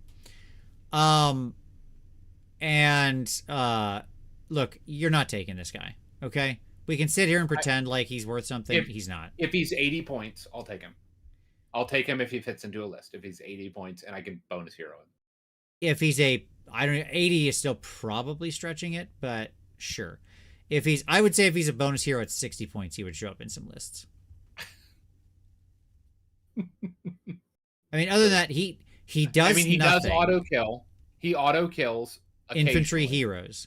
Yes, enemy infantry heroes. Good luck, Mr. 5-inch move, 5 health, 6 up save. I'm sure you're going to survive to use that ability. That'll definitely happen. Okay, like his only purpose is to stand in the tower, basically, as near as I can tell. And if he costs like 60 or 70 points, he's probably fine to stand in the tower. Sure. Okay. Woof. Yeah. But otherwise, like, yeah, he's a joke. What are we doing here? What are we doing? Also, just as an aside, okay. You're like, okay, I'll bite. I really hate this guy's rule. Toxic Stash is dumb. It's dumb. It should not be on this guy. Because, like, let's forget for the moment that it's actually impossible to use this ability. Yeah. Because you're trying to move a 5-inch, 5 health, 6 up save, no damage doing unit into combat. Like, he does have Crit Mortal, which is funny. For the time, he's like, it's going to be really funny that some rando who plays this little dork and loves him is going to, like, get him into combat sometimes and swing with him first, roll, like, 2 6s and then double 3s on the D3 damage and do, like, 6 this mortals. This is the best guy and ever. Just murder something. Yeah, exactly. Right? Yeah. Yeah. But, like, and for the one person who experiences that moment of, like, utter euphoria, I salute you. But I hate that he has this ability. So, like, let's take it in isolation. This little dork, okay, this little goblin knockoff. Yep. This wish.com goblin, okay, has this little goblin brought to you by Temu. I can keep going, okay? Yep. He has an ability that says I get to pick any infantry hero. Sigvald, Light of Eltharion, Ogre Tyrant. I don't care. Pick your big brawlers. Yeah? All the people who are, like, actually... Gotrek. Sure. Yeah. Gotrek's immune to instant slaying, isn't he? Still? Yes. Right, okay. And I roll 2d6. And if I get higher than your health characteristic, which, by the by, for most enemy heroes, like the majority of enemy infantry heroes in the game, he is successful more time than he's not. Right? Correct. It's 2d6. Yeah. He has, like, against the average foot infantry hero in the game, this guy has, like, a 64% kill rate. Right. With this ability before they ever swing. Yep. There's no trigger to it. It's just, it is once per battle. I understand it's once per battle. Yep. But he just, like, 64% ices somebody. Yeah. Okay. But yet, Sigvald and the Light of Eltharion and Korghos and the Tyrant and Lord Bastion Carthalos, Chad of all Chads of the Stormcast, none of them are going to accomplish that same thing. Can do this same trick. And if you're like, Correct. well, yeah, but they're all melee fighters. Okay, pick the super assassins of the game, right? Correct. None of them have this trick. Like the Skaven assassin that you guys talked about that pointed at 160 points. Yeah. Bad at Wargaming says with a super chat saying they had to nerf the army to get them to account the new Grot hero. He's too strong. He's too strong. Yes. Lady Olinder. Yeah, she's dead. Get out of here. Lady O, you're out. Just whoop. You're gone. Right? Like, I hate the ludonarrative dissonance of this ability, this powerful assassination ability existing on this little tiny dork. On a trash guy that honestly they'll probably price at 140 to 160 initially, right? Like that's what's going to happen. And he will never get played. And in a couple years, he'll be 100 points and still never get played. Sure. Yep. Arrested at Waffle House says, I was against this guy until you mentioned dumpstering elves. That is a mark in his favor. Right? Yep. Like, I do not understand what's going on here. At all. This guy is he doesn't make any sense. He has this kind of an assassination ability on Nagash, I get. This kind of assassination ability on this guy, get out of here. Get out of here. And it's still bad. I hate that it's a really good ability on, like, the worst possible monster. But yes, as people are pointing out, aren't Hobgrots supposed to be, like, servants of the Chorfs? Aren't they supposed to be, like... Yeah, they technology guys? Shouldn't they have, like, grenades and blow-up things and black powder? They were, like, once upon a time. Yeah, okay. None of that lore seems to still be, is what I would say. Sure. I think this guy should have had an ability called Feel the Bite of Black Powder. That would have been cooler. And then he caused like a big explosion and kills himself and also does damage to everybody else. That would have been great. That would have been a good use for this little dork. Okay. Yep. At any rate, we've talked too long about this guy who's not worth it. He's Garbo. Next. The Scaregob Totem. Okay, so, yet again, like 5 million words. I really do respect their like, you know, Matt Rose's sort of game writing thing that when he came into this edition, he was like, everything's going to be an ability, and it'll all be smooth in how you're using abilities, right? Sure. And then they're like, and then we come to something like this, like getting in and out of a building, and it's just nonsense. Abilities. It's just ability. It's turtles all the way down. Yeah, like if you hand this to a new player, they would be like, I don't want to play this game. Sure. Yeah. You have 1, 2, 3, 4, 5, 6, 7, 8, 9, 10, 11 paragraphs of text that says I can do this. That my hand is the tower. Ready? I have 11 paragraphs of text to do this.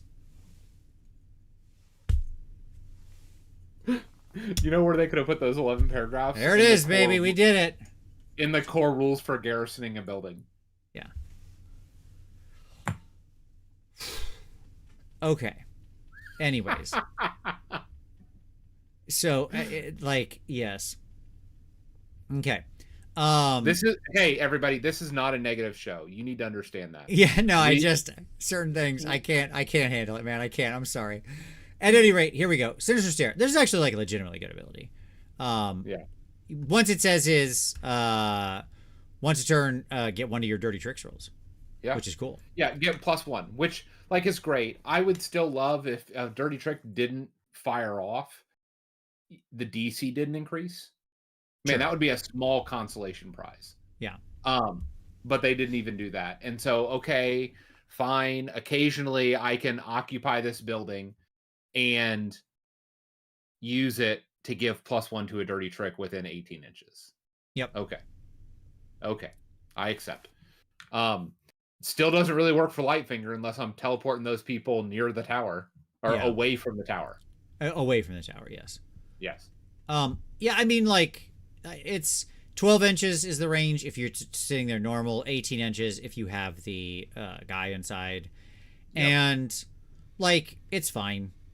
It's fine. Again, plus like it's cool because it can mean that the first trick, I don't see anything that says a dirty trick auto fails on a 1. Correct. So the way I read this is you can use this to make sure your first dirty trick of either the teleport or your encrusted weapons or something like that, whatever you happen to be using it for, always succeeds. Yes. Which is cool. That's really good. That's neat. Like that is legitimately good. So yeah. I agree with that. Okay. So that doesn't make sense for what they did to the rest of the book. Sure. But like Arrested Development has this book is a dirty trick. You're not wrong. They rolled the 2 up. G Well with a super chat for $5 saying, if you already said it, it's cool. I was late arrival, but legit asked, will you miss Bone Splitters and will we ever get a 3rd sub-faction? I did not say it. G Well, I do not miss them. I am sorry. If you love them, I apologize. I never liked them. I never liked Naked Orcs. I never liked the Savage Orcs. I always thought they were dirty orcs. Yeah, they did not speak to me in any way, shape, or form. Will we ever get a 3rd sub-faction? I mean, ever is a really long time, and anything is always possible. But in the next foreseeable future, no. No, I really don't think so. So, but yes, Matt is the head of, and somebody else. Is Matt the lead rules designer? Yeah, basically he's the head of AOS for this. Okay. Cool beans. So yeah, good buff. Scaregob Totem's cool. You'll like if you're cool boys, you'll set this thing up. It's worth it. Yeah. I mean, I agree. Yes. And you'll put it center mass, slightly up the table, so you've got a good reach in all directions, and there you go. And then you'll get your first dirty trick off every battle round automatically, and you'll be happy about that. And that's cool. I mean, I don't know who's going to live in this tower, but sure. No, I don't. I think no. Maybe your shaman. Maybe. That's what I've seen. I played against this army twice, and my opponent put their shaman in the tower both times. They're. I mean, I don't know if anybody else. Yeah, I don't know that you're going to have anybody else to occupy it. Warpstone Enjoyer said stick the Hobgrot boss in it. Indeed. Okay. But he can't attack out of it. Oh, doesn't matter. The ability doesn't. He doesn't have to attack because the ability is before combat. Yeah, it's just an ability. Okay. W. Soren says, I'm hoping no books ever get a 2nd faction. Yeah. We're a little late. Okay, let's talk about endless spells. Because I do think them or the manifestations, whatever. These are like pretty good. I actually really like this. I'm gonna make a statement, Tom. You ready? Here's my statement. This is how all of the manifestation lores should be. This is actually one of the most sort of interesting, varied, quality manifestation lores I have seen out of them. I wish they were all like this. I wish we got the generics yeeted into the sun and designed everybody's to act exactly like this. Sure. I don't disagree with that. Because if this was how, if this lore was how all manifestation lores acted in general, we'd be like, yeah, okay, they're fine. They're useful sometimes. I'm going to do some stuff with them. Yep. Max C, are the Ironjaw Spearhead rules included in this tome? Yes, they are. Yes, they are, Max C. And we're not covering them, but yes, they are. Okay, cool. Let's talk about these. So the Foot of Gork, casting value 7. So that's cool.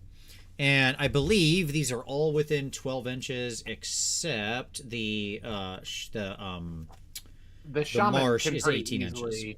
The shaman can pretty easily get a +1 to cast. Yeah, the Cruel Boys can be casting machines, as we're going to talk about here in a second. We'll get there. We'll get there. Yeah. Okay, so the foot's good.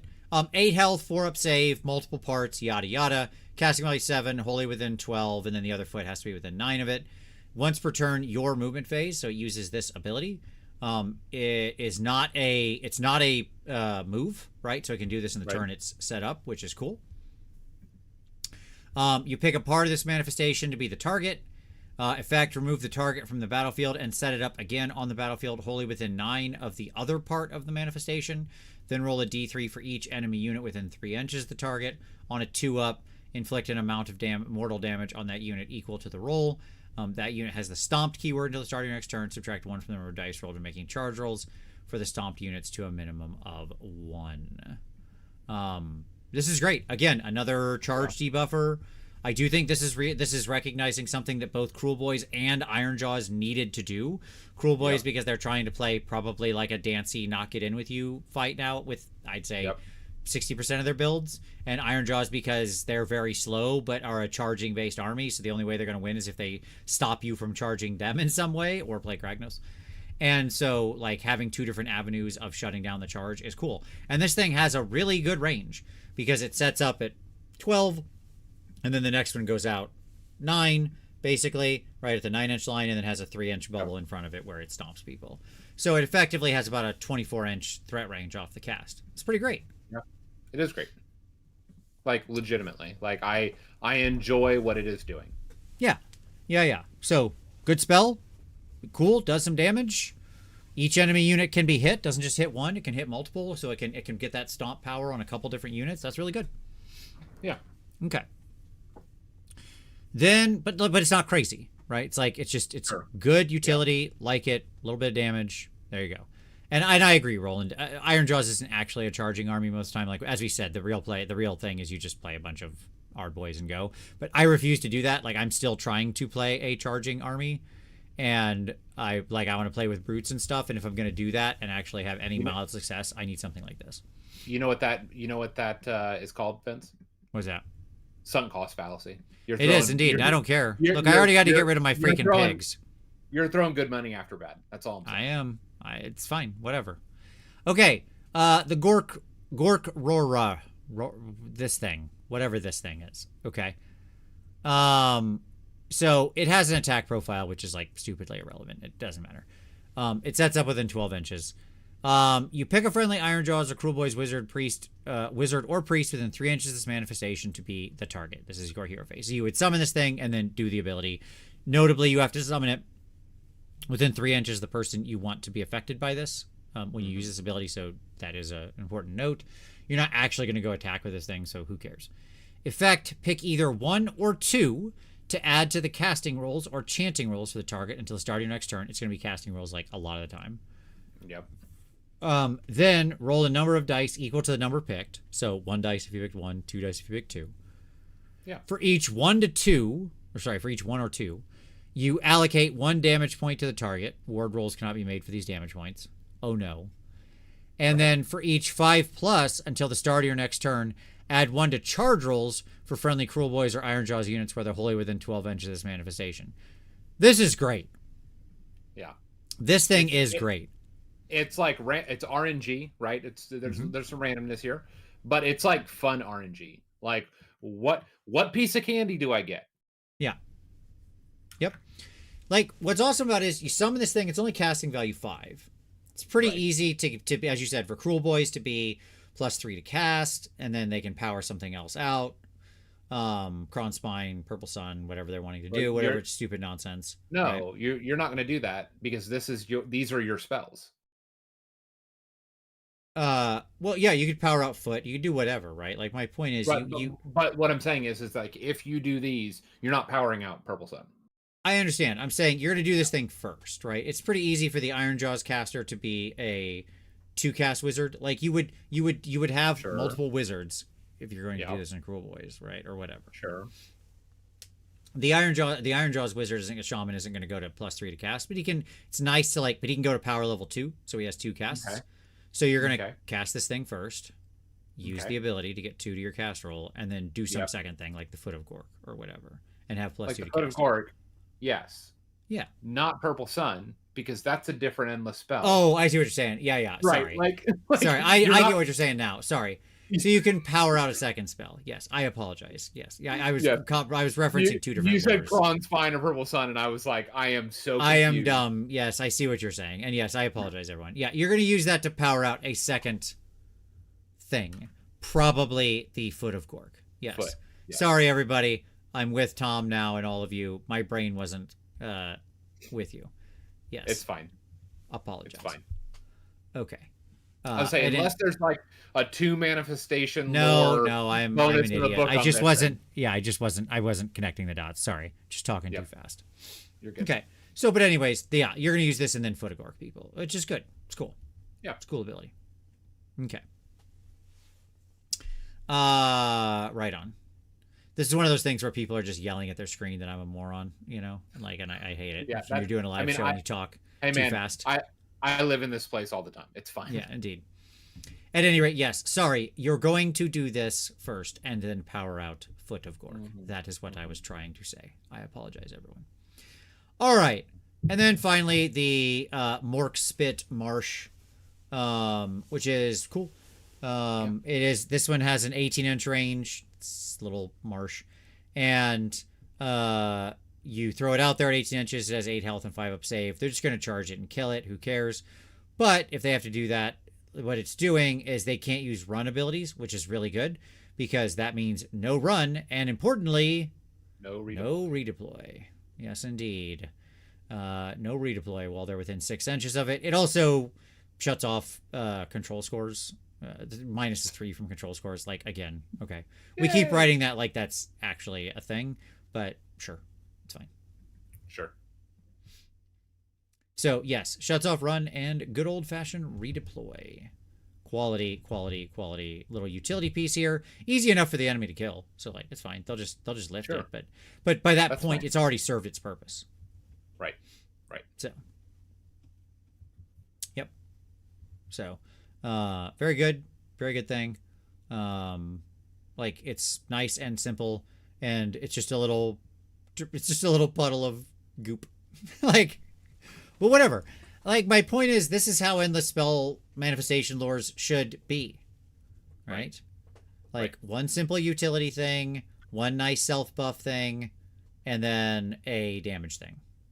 There you go. Yeah, I mean, I agree with that. There you go. So, at any rate, good stuff. Quality. I like all 3 of them. I think they are all useful without being broken, and yay sports. W. Soren says never using the spells because no IJ spellcasters. I'm charging. This has been, I want to be that way too, but I'll tell you what, I have gone the other direction. I'm just like, no, you know what, Shaman, you're back in. You're in the mix. I'm back on board with this guy. The current IJ list I'm running uses 5 heroes, Tom. I believe 5 heroes. Mine have always been very hero heavy. Yeah. And so, like, I'm just in for it. I'm like, all right, all you little nerds and dorks, get in here. You're all in. So there you go. Okay. Armies and regiments of renown. All right.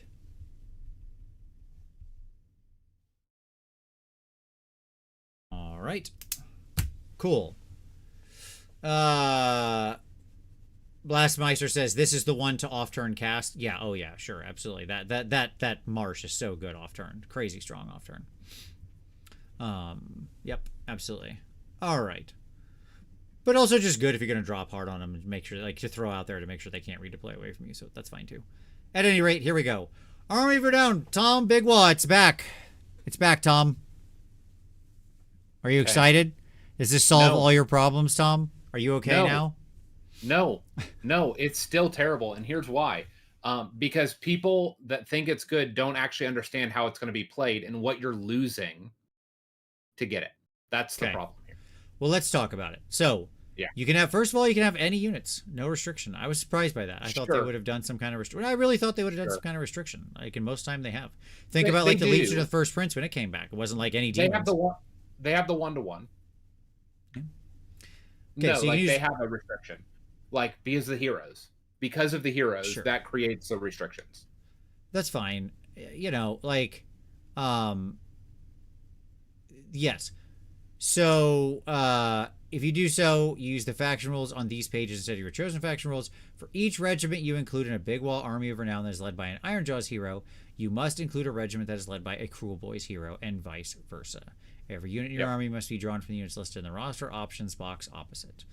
I understand that, but they're letting you run anything, which is interesting enough. They just made you be somewhat in balance, basically, right? So you gotta have, so that's fine. Basically, I think that means you have to have either 2 regiments or 4 regiments, as near as I can tell, right?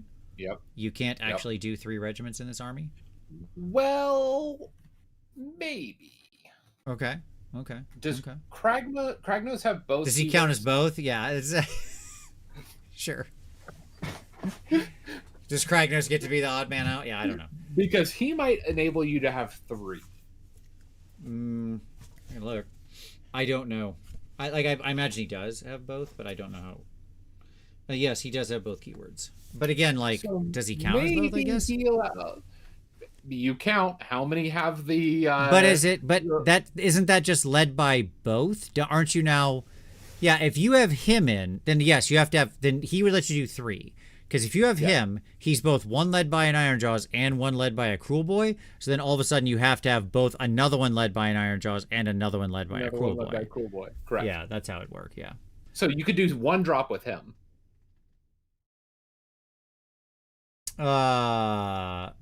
No. You have 1 led by a Cruel Boy and 1 led by an Ironjaws. It just happens to be the same one. I don't know. I don't know. I don't know. G Well says, don't forget one advantage of Big Wall is you don't have to break up your army if you had a Soup Orruk army last edition. It's better than default IJ. Sure. Correct. Okay. Yeah, I think he's 3 and 5. It doesn't say other, but I don't know, man. I don't know. Like, I don't know what at the end of the day, they need to have. They're going to FAQ that. FAQ. Yeah. Correct. Okay, let's talk about this actual thing. No regiments renowned, no faction terrain. Great, cool, fine, whatever. Cool. Who cares? All right. By the way, this is the sub faction, not whatever you want to call it, the Army of Renown, for people who just want to play with their toys. They're like, I don't want to buy new stuff. I just want to put what I have on the table and play it. Yeah. Halo, it doesn't. It just says you must include a regiment that is led by a Cruel Boys hero and vice versa. For every one, you must have 1 done by this. But again, like that, the requirement of the word another and that kind of careful language is what I would expect from a Magic card, and it would be clear. I do not expect that level of clarity out of Warhammer writing. We're not on the same level here. Okay. Right. This is not that. All right. So notorious bosses. That's right. Yes, the notorious BIG. Okay, so pick up to 1 friendly non-unique Big Wall Ironjaws hero and up to 1 friendly non-unique Big Wall Cruel Boys hero that do not have a heroic trait to be the targets. Give each target 1 heroic trait from the Big Wall heroic traits. Okay, this is during deployment, so you get to pick 1 normal because it's an army and that's how things work. Then you're going to have 2 other heroes that you're going to give 1 to. Well, you'll see how that looks. So effectively, you're going to have 3 heroic traits, which sounds really good until you read where they are. Then you might change your tune. Okay. And then once per turn, your hero phase, the power of the Wah. Pick up to 1 friendly Big Wall Ironjaws unit, up to 1 friendly Big Wall Cruel Boys units.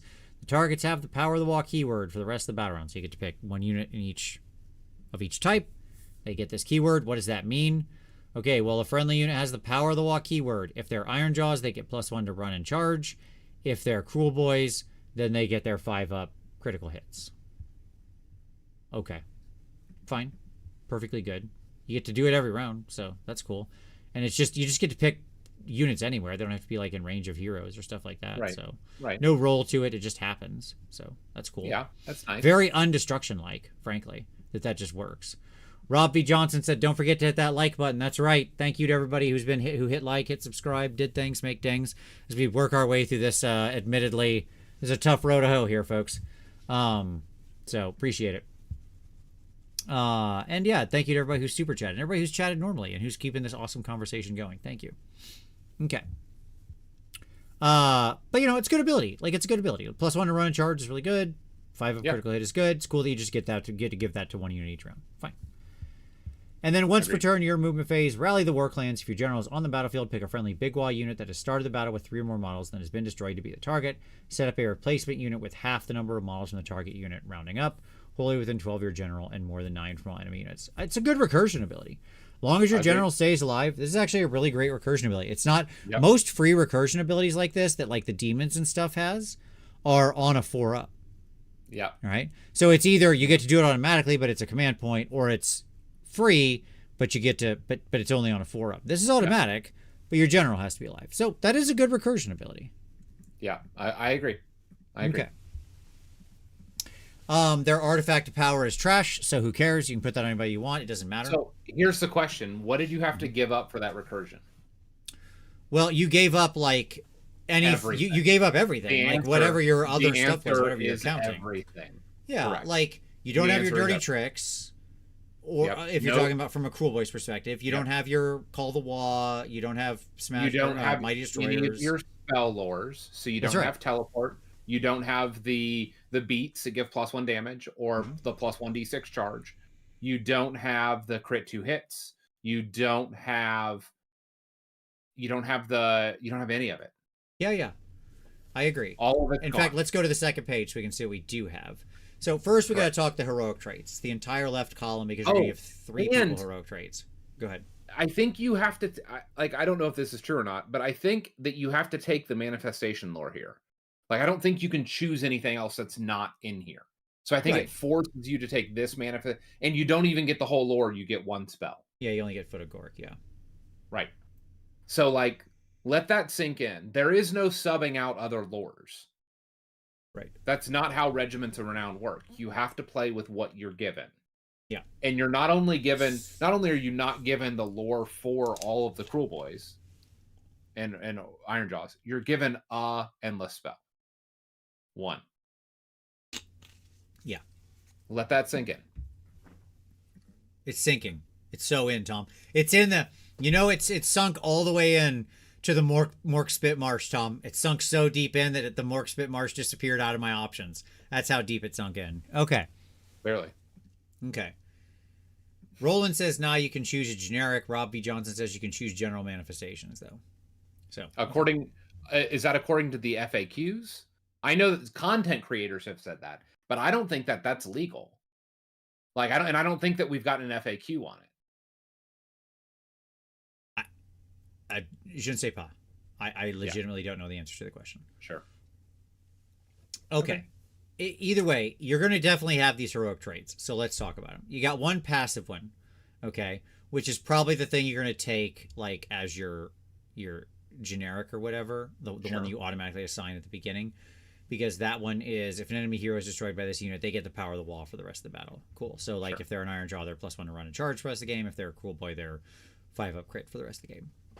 Okay, cool. Robbie Johnson says, yeah, rules is written, and according to how it was ruled at WCW. Okay. Well, there you go. I would love clarification on it. You're not wrong.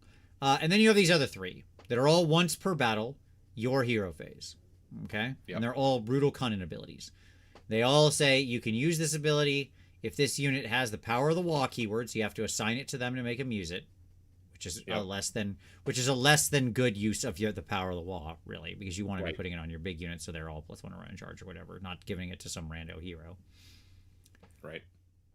And a friendly unit has not used a brutal cunning ability this turn. So you can't have 2 people and have them both do their thing. Okay. So what are our 3 options here? A proper sneak. For the rest of the battle round, friendly big wall units have a ward 5-up while they're wholly within 12. For the rest of the battle round, this is for the rest of the battle round. So it's also very contingent on when you're I really hate these, Tom. I really hate these because they're mutually exclusive.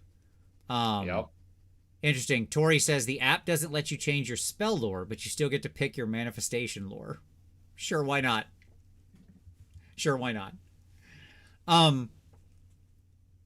Because these are so contingent on when you're going in the round. You know what I'm saying? Sure. Like, if you're going at the top of the battle round, it's just way more value than if you're going at the bottom of the round, but going at the top of the round sucks. Unless you happen to be on the double. Okay? So there you go. But anyways, ward of 5-up, 12-inch bubble of ward of 5-up. For the rest of the battle round, friendly big wall units have crit 2 hits in a 12-inch bubble. And for the rest of the battle round, add 1 to wound rolls for combat attacks made by friendly big wall units while they're wholly within 12 of this unit. All good buffs. Like, I don't want to poop on them, but you're never getting obviously more than one per turn per your hero phase. Functionally, you're getting a pared down, watered down, crappy version of Fire Slayer runes. That's what you're getting here. Sure. Yeah, yeah. Because you use one per turn, and they do the thing. Yes. And I would they do also the say thing. you're kind of getting like an automatic spell basically in 3 of the rounds, or 2 of the rounds. Sorry, because you're gonna have 2 out of the 3 of these, or potentially 3 out of the 3 of these. But Yep. okay. Your manifestation lore is just the Foot of Gork. Your spell lore is 2 heads is 1, which casts on a 7, and it's bad. I'm not even gonna read it. It's just not worth reading. And your prayer lore is like a pretty decent prayer. It's fine, but it's really hard to use because you have to pick a unit that's already in combat and wholly within 12 of them. So like you had to have gotten in position for this previously. This is like good off of a counter charge that you 4D chess saw your way into, right? And had the guy in the exact proper position that after the counter charge, the unit remained wholly within 12, and then it get rolled to your turn, and then you use this prayer and you give them 2 fight abilities. Yep. So like obviously 2 fight abilities is very strong on units like brutes and stuff like that, certainly. But it is difficult to set up because they, in your hero phase, they have to be in combat, right? So pretty good for like Ardboy type stuff actually. Sure. If you're doing kind of Ardboy defense things, but you know, whatever. The problem is you don't have your 6-up ward, which weakens your Ardboys here and things like that. But you might have a 5-up ward instead. It's entirely possible. On the turn you think you're going to get charged, you just throw up the 5-up ward. So it could still be really good. Like the Wall of Ardboy could still be a concept you absolutely explore in Big Wa. Sure. Yeah. And double fight, that kind of stuff. It's fine. Yeah. So, okay.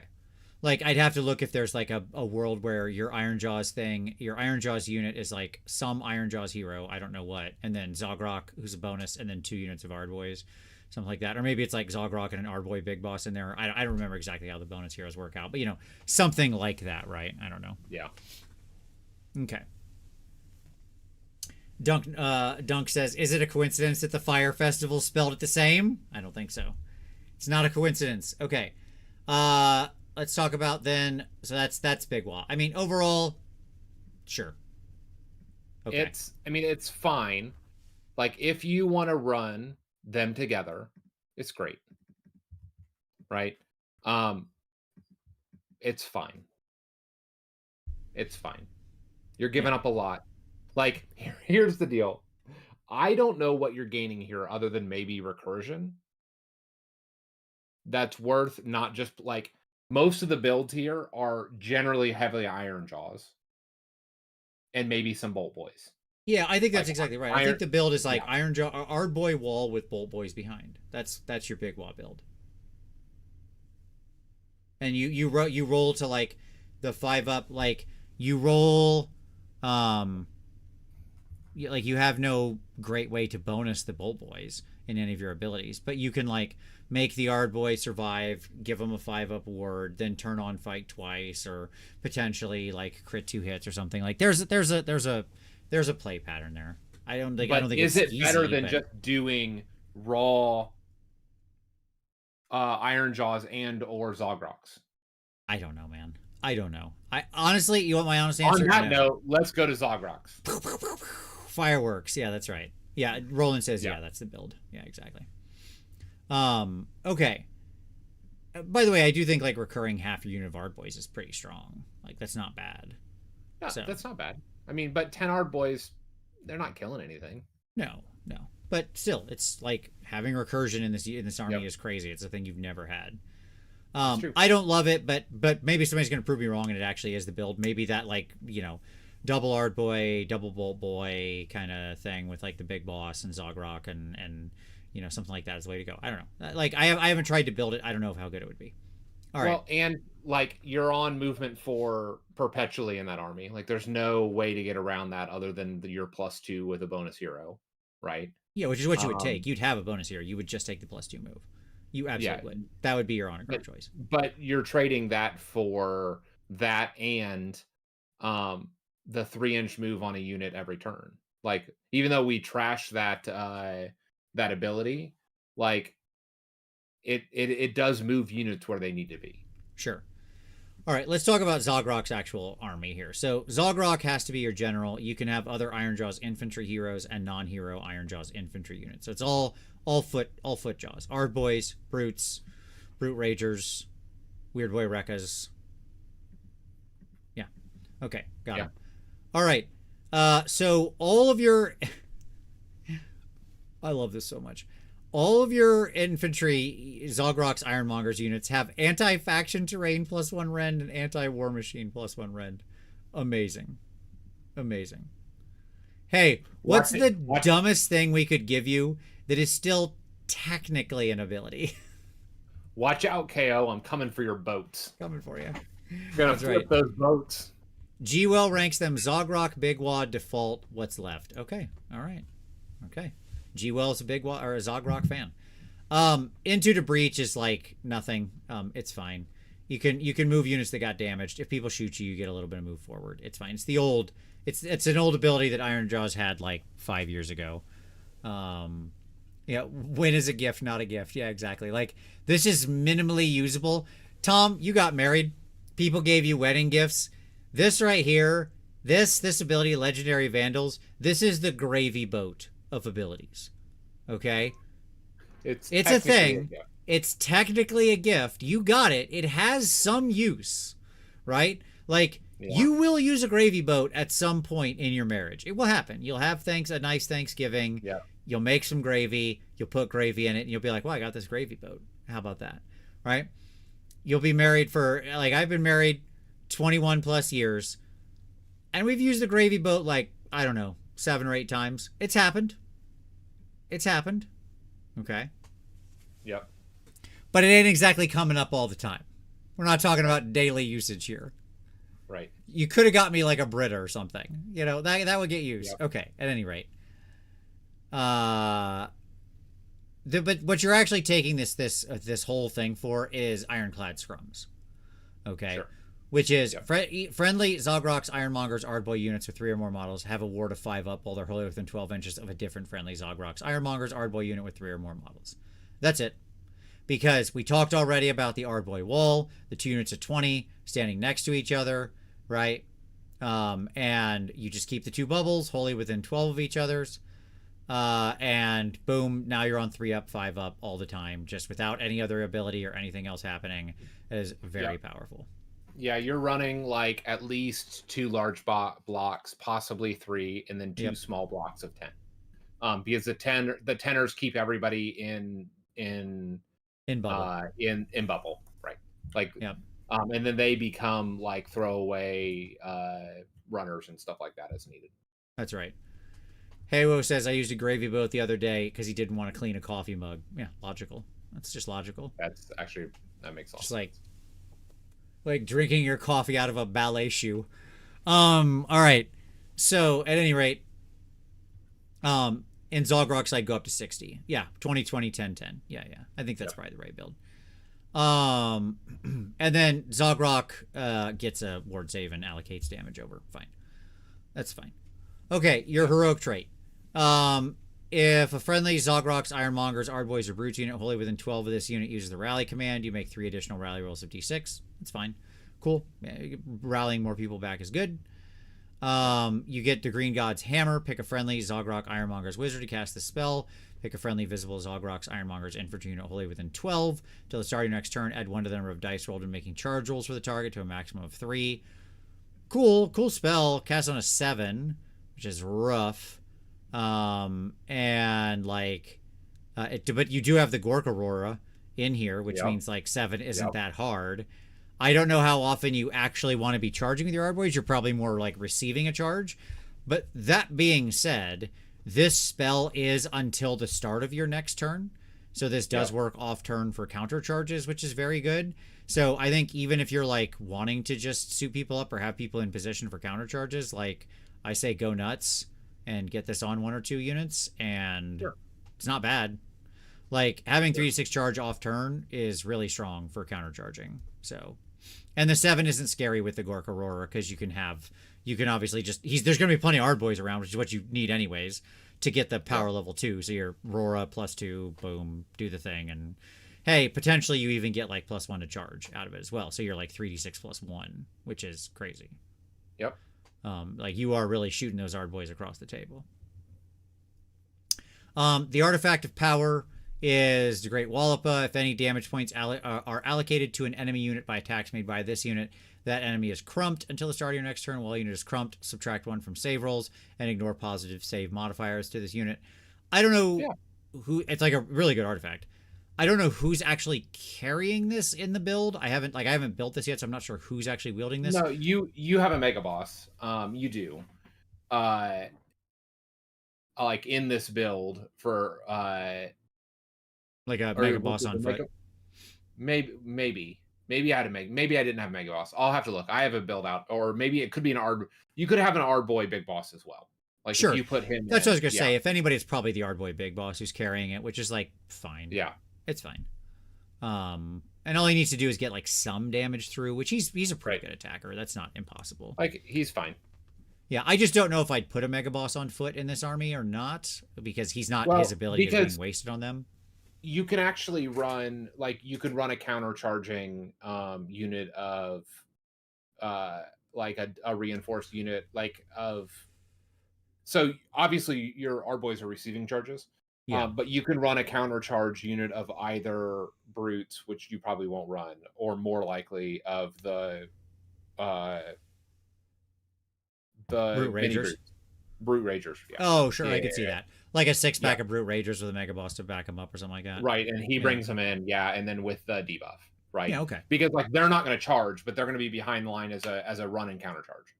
Yeah, I could see that. Because they can redeploy and still charge and then get the big charge. Yep. Okay. Yeah, I could see that build. Yep. I have to play around with this one. That's fine. Yeah. I don't know. I don't know, Roland, if that's true. I've messed around with a couple different builds. I've never used a Mega Boss on foot. I still use brutes. I found them to be fine without the Mega Boss on foot to mess around with them, is my honest answer. I didn't find his the +1 attack's good, but I didn't find it to be absolutely essential. Right. But they have no buffs here. I was running normal Iron Jaws, not Zogrox. So the problem here is they just have nothing. Like the brutes are just there. But I like the idea of the Ragers because that's cheaper. So maybe have to think about it. And then your prayer lore is Get 'em Gork, which prays on a 5. If the chanting roll is a 5 to 9, pick a visible terrain feature wholly within 12 of the chanter. Chanting roll is 10 plus, pick a visible terrain feature wholly within 18 of the chanter. Instead, that terrain feature is trampled by Gork. Roll a d3 each time an enemy unit starts or ends a move within 6 inches of a terrain feature that is trampled by Gork on a 2-up. Inflict an amount of mortal damage on that unit equal to the roll. That was like so much reading for nothing. The important part here is actually the spell lore, the artifact, and the manifestation lore, the fact that you get the good spell. Yeah. So I think Zogrox is good. I actually think it's the one army of renown that's interesting. It just has like no interest to me because I am not interested in spamming a single unit. This is kind of exactly the thing I hate in armies of renown. Armies of renown that just really encourage you to spam hard single units and just like completely lean into it. And it makes me mad that they write stuff like this because they shouldn't. Right. And it incentivizes bad hobby decisions. Right. Because you're gonna collect 60 Iron Jaws, or sorry, 60 Ard Boys. I apologize. 60 Ard Boys, right? For this stupid army that's gonna go away again, has the shelf life of cottage cheese. Right, that's exactly right. And then you'll look at it and you'll be like, oh look, I have 18 pigs. Right. And then a new book will come out or whatever, and there's no universe where you're ever running 60 Ard Boys again. So, things like this really make me angry. Like, I just think they're bad design and they need to be thought through more. Yeah. Yep. So, anytime I see armies that are based on like spamming one unit, like buying 8 boxes of one unit, that's a problem. Yep. It just is. Stuart, the Iron Gutsman, says it reminds me a little bit of Ruination Brotherhood with 24 to 30 Reclusians. Yeah, exactly. Like, I think anything that just says spam this one stupid unit, right, is bad. It's problematic. Yeah. And you I don't mean bad in like competitive. I mean bad like it shouldn't be in the game. Correct. And likely if that is good and that is successful, it's going to get fixed. And it's going to become not good. And then you've wasted your money. And so it creates bad incentives for people hobbying. Right. G-Well, thank you So, for the like, super chat saying, then you'll love Bellicores. It adds units. That's true. That is true. that's true. Yeah, get this Persistent Petitioners, Slime Against Humanity, Templar Knight, Thrumming Stone Ripple crap out of my Warhammer, okay? I don't need it. I don't need it, okay? Yeah, Dunk says, not to mention the hobby burnout from painting 60 of the same model. Yeah, exactly. I mean, that said, those new art boys are beautiful. Yeah, they're gorgeous models, sure. Like, they are, like, I could paint 80 of those. I'll be honest. All right, Tom, you want to talk about the Merc Vast Menagerie? This thing that nobody's ever going to play with? Nope. Like, the problem is that you just don't have enough reliable things to utilize. Technically, do any it's mostly monster focused. You get a couple different infantry options, but it's mostly junk. Like, I just don't know how to, like, let's be clear here. I love the Meyer Brute Troggoths. Okay. Yeah. Like, I do. Like, I have one, and I have, in every army that I've built, I've always had one as a counterpunch unit. I think it is the one redeeming quality, having one of those in an army. I think it is the one redeeming quality for the breaker boss on Minor Brute. It's the one redeeming thing that the army has right now, because you use him as a support hero, you throw on the +1 bonus, right? You give him the 4-up ward kit, and you countercharge in, and you do like 30 damage. It's great. It's delightful. Okay. That said, you can't make an army out of it. And this army tries to make an army out of it. I'm not going to go through the abilities. I know that's what you want. We're not doing that. Like, that's it's fine. Just, you don't have to. Like, there's some debuffs for attacking monsters, but you don't have enough here to make an army out of it. You just don't. Okay. And you're wasting your time if you try to. That's fine. I'm okay with that. That's a perfectly fine answer. And you get Foot of Gork again as your spell, by the way. So yeah, like, I've tried. Like, I ran all the numbers, I ran all the combinations, but the problem is that most of your monsters are heroes. Right. So, like, you're running functionally you're running a Magmadroth army is what you're trying to do. With very little support for bonus heroes and the like. And most of these things, the way that this army's built, like, the things that you want to use, like Lightfinger and all that, you can't use any of that with any of these monsters. Most of your own monsters don't have poisoned attacks, right? Like, so a lot of the things that you want to use, the army's just not made to use those things. That's what I'll say. Yep. So it fails in what it's trying to do. Sure. And then we got 2 regiments of renown. So we have De Hurdlin Hogs, which can go in Sons, Gloomspite, Cruel Boys, Bone Splitters, or Ogre Maw Tribes. So, although I don't know anyone who would actually take this, it's a Tusk Boss on Maw-Grunta and a Maw-Grunta Gouges unit. You get your Gruntawa. You can use this ability if this regiment of Renown's Tusk Boss on Maw-Grunta is on the battlefield. Once per battle for the rest of the phase. Each time a friendly unit in this regiment around finishes a charge move, roll a d3. For each enemy unit within 1 inch of that unit on a 2-up, they take some mortal damage. If it's infantry, you add 1 to the mortal damage inflicted, if any. And then once per turn army, any combat phase, you have a rampage that the target can move d6 inches. It must end that move in combat, then add 1 to the target's momentum points after this ability has been resolved. The target cannot use any other rampage abilities for the rest of the turn. Okay, it's fine. If you really wanted to put 2 big pigs into your Cruel Boys army or something, this is the way to do so. So if you thought this was the coolest fig, this is the way to do it. But yes, I agree. Yeah, Latin says take both of the bad big pigs. Yeah, exactly. Exactly. Right. It's absolutely right. Okay. Gotcha. No, you're fine, Rob. Yeah, I love that it's like take the 2 that aren't the good one. It's amazing. Why wasn't it all 3? That's what I want to know. Yeah, okay. And then the Countin Crew, which is 1 Swamp Boss Scumdrek and 2 Hobgrot Slittas units with 10 models. So this is trash, right? Because these are all bad units. Like, Yep. there's no way this is good. Yep. You get run and shoot, and in the enemy hero phase, you get to try to kill something. Okay. Nope, still bad. Cool. I tried to make Scrumdrack work with some Hobgrots, and it's just not built that way. Like, and it's not, and at running minimums like that isn't the way to go. Yeah. Wow, that's really bad. I'm not gonna lie. I was gonna leave most of the Cruel Boy stuff to Tom, so like I didn't, because I've never played the army. Like I've played against it multiple times, but I've never. This is like not an army I have any concern with. And I know Tom, it's one of your regular armies, and you've played a ton. Yep. But like even I know these are all bad units. That's yeah.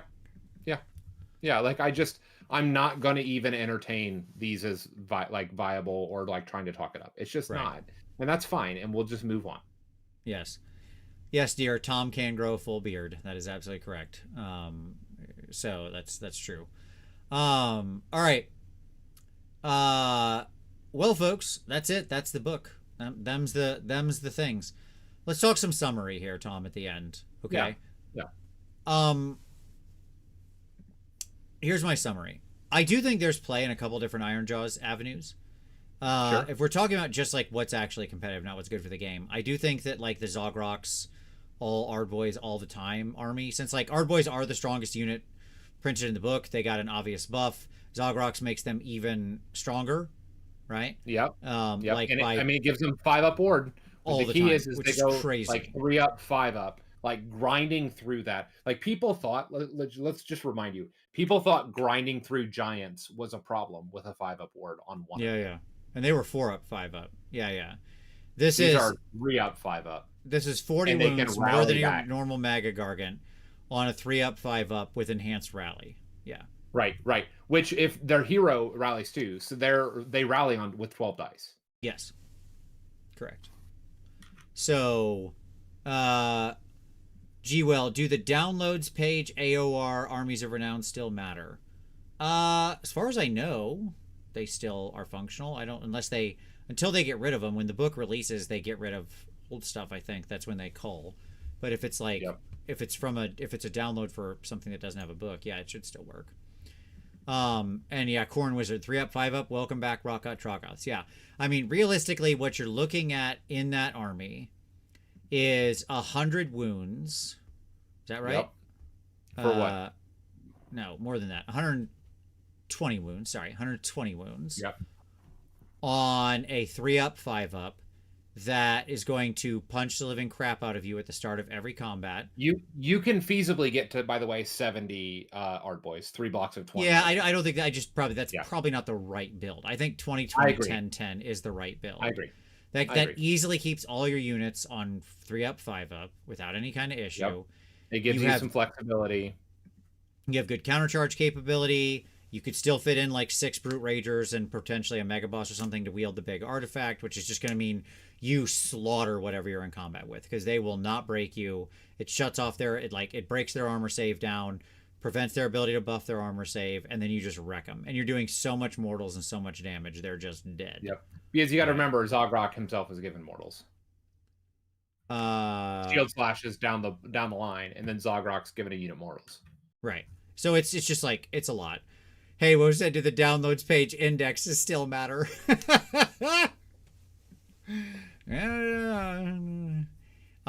Yeah, and then you're gonna want two Ardboy big bosses, yeah, for sure. So like I'd have to be like, we'll see when the points come out what the exact list works out, because like I said, things might move a little bit points wise here or there, and so like that could be pretty impactful to the overall force. But anyways, I think that's potentially got gas and Ironjawz, but I actually right now have been playing around with a sort of mixed force, like full unit of brutes, full unit of Ardboys, big boss, Ardboy big boss, no mega boss, but like Zogrok, Ardboy big boss, Chanter,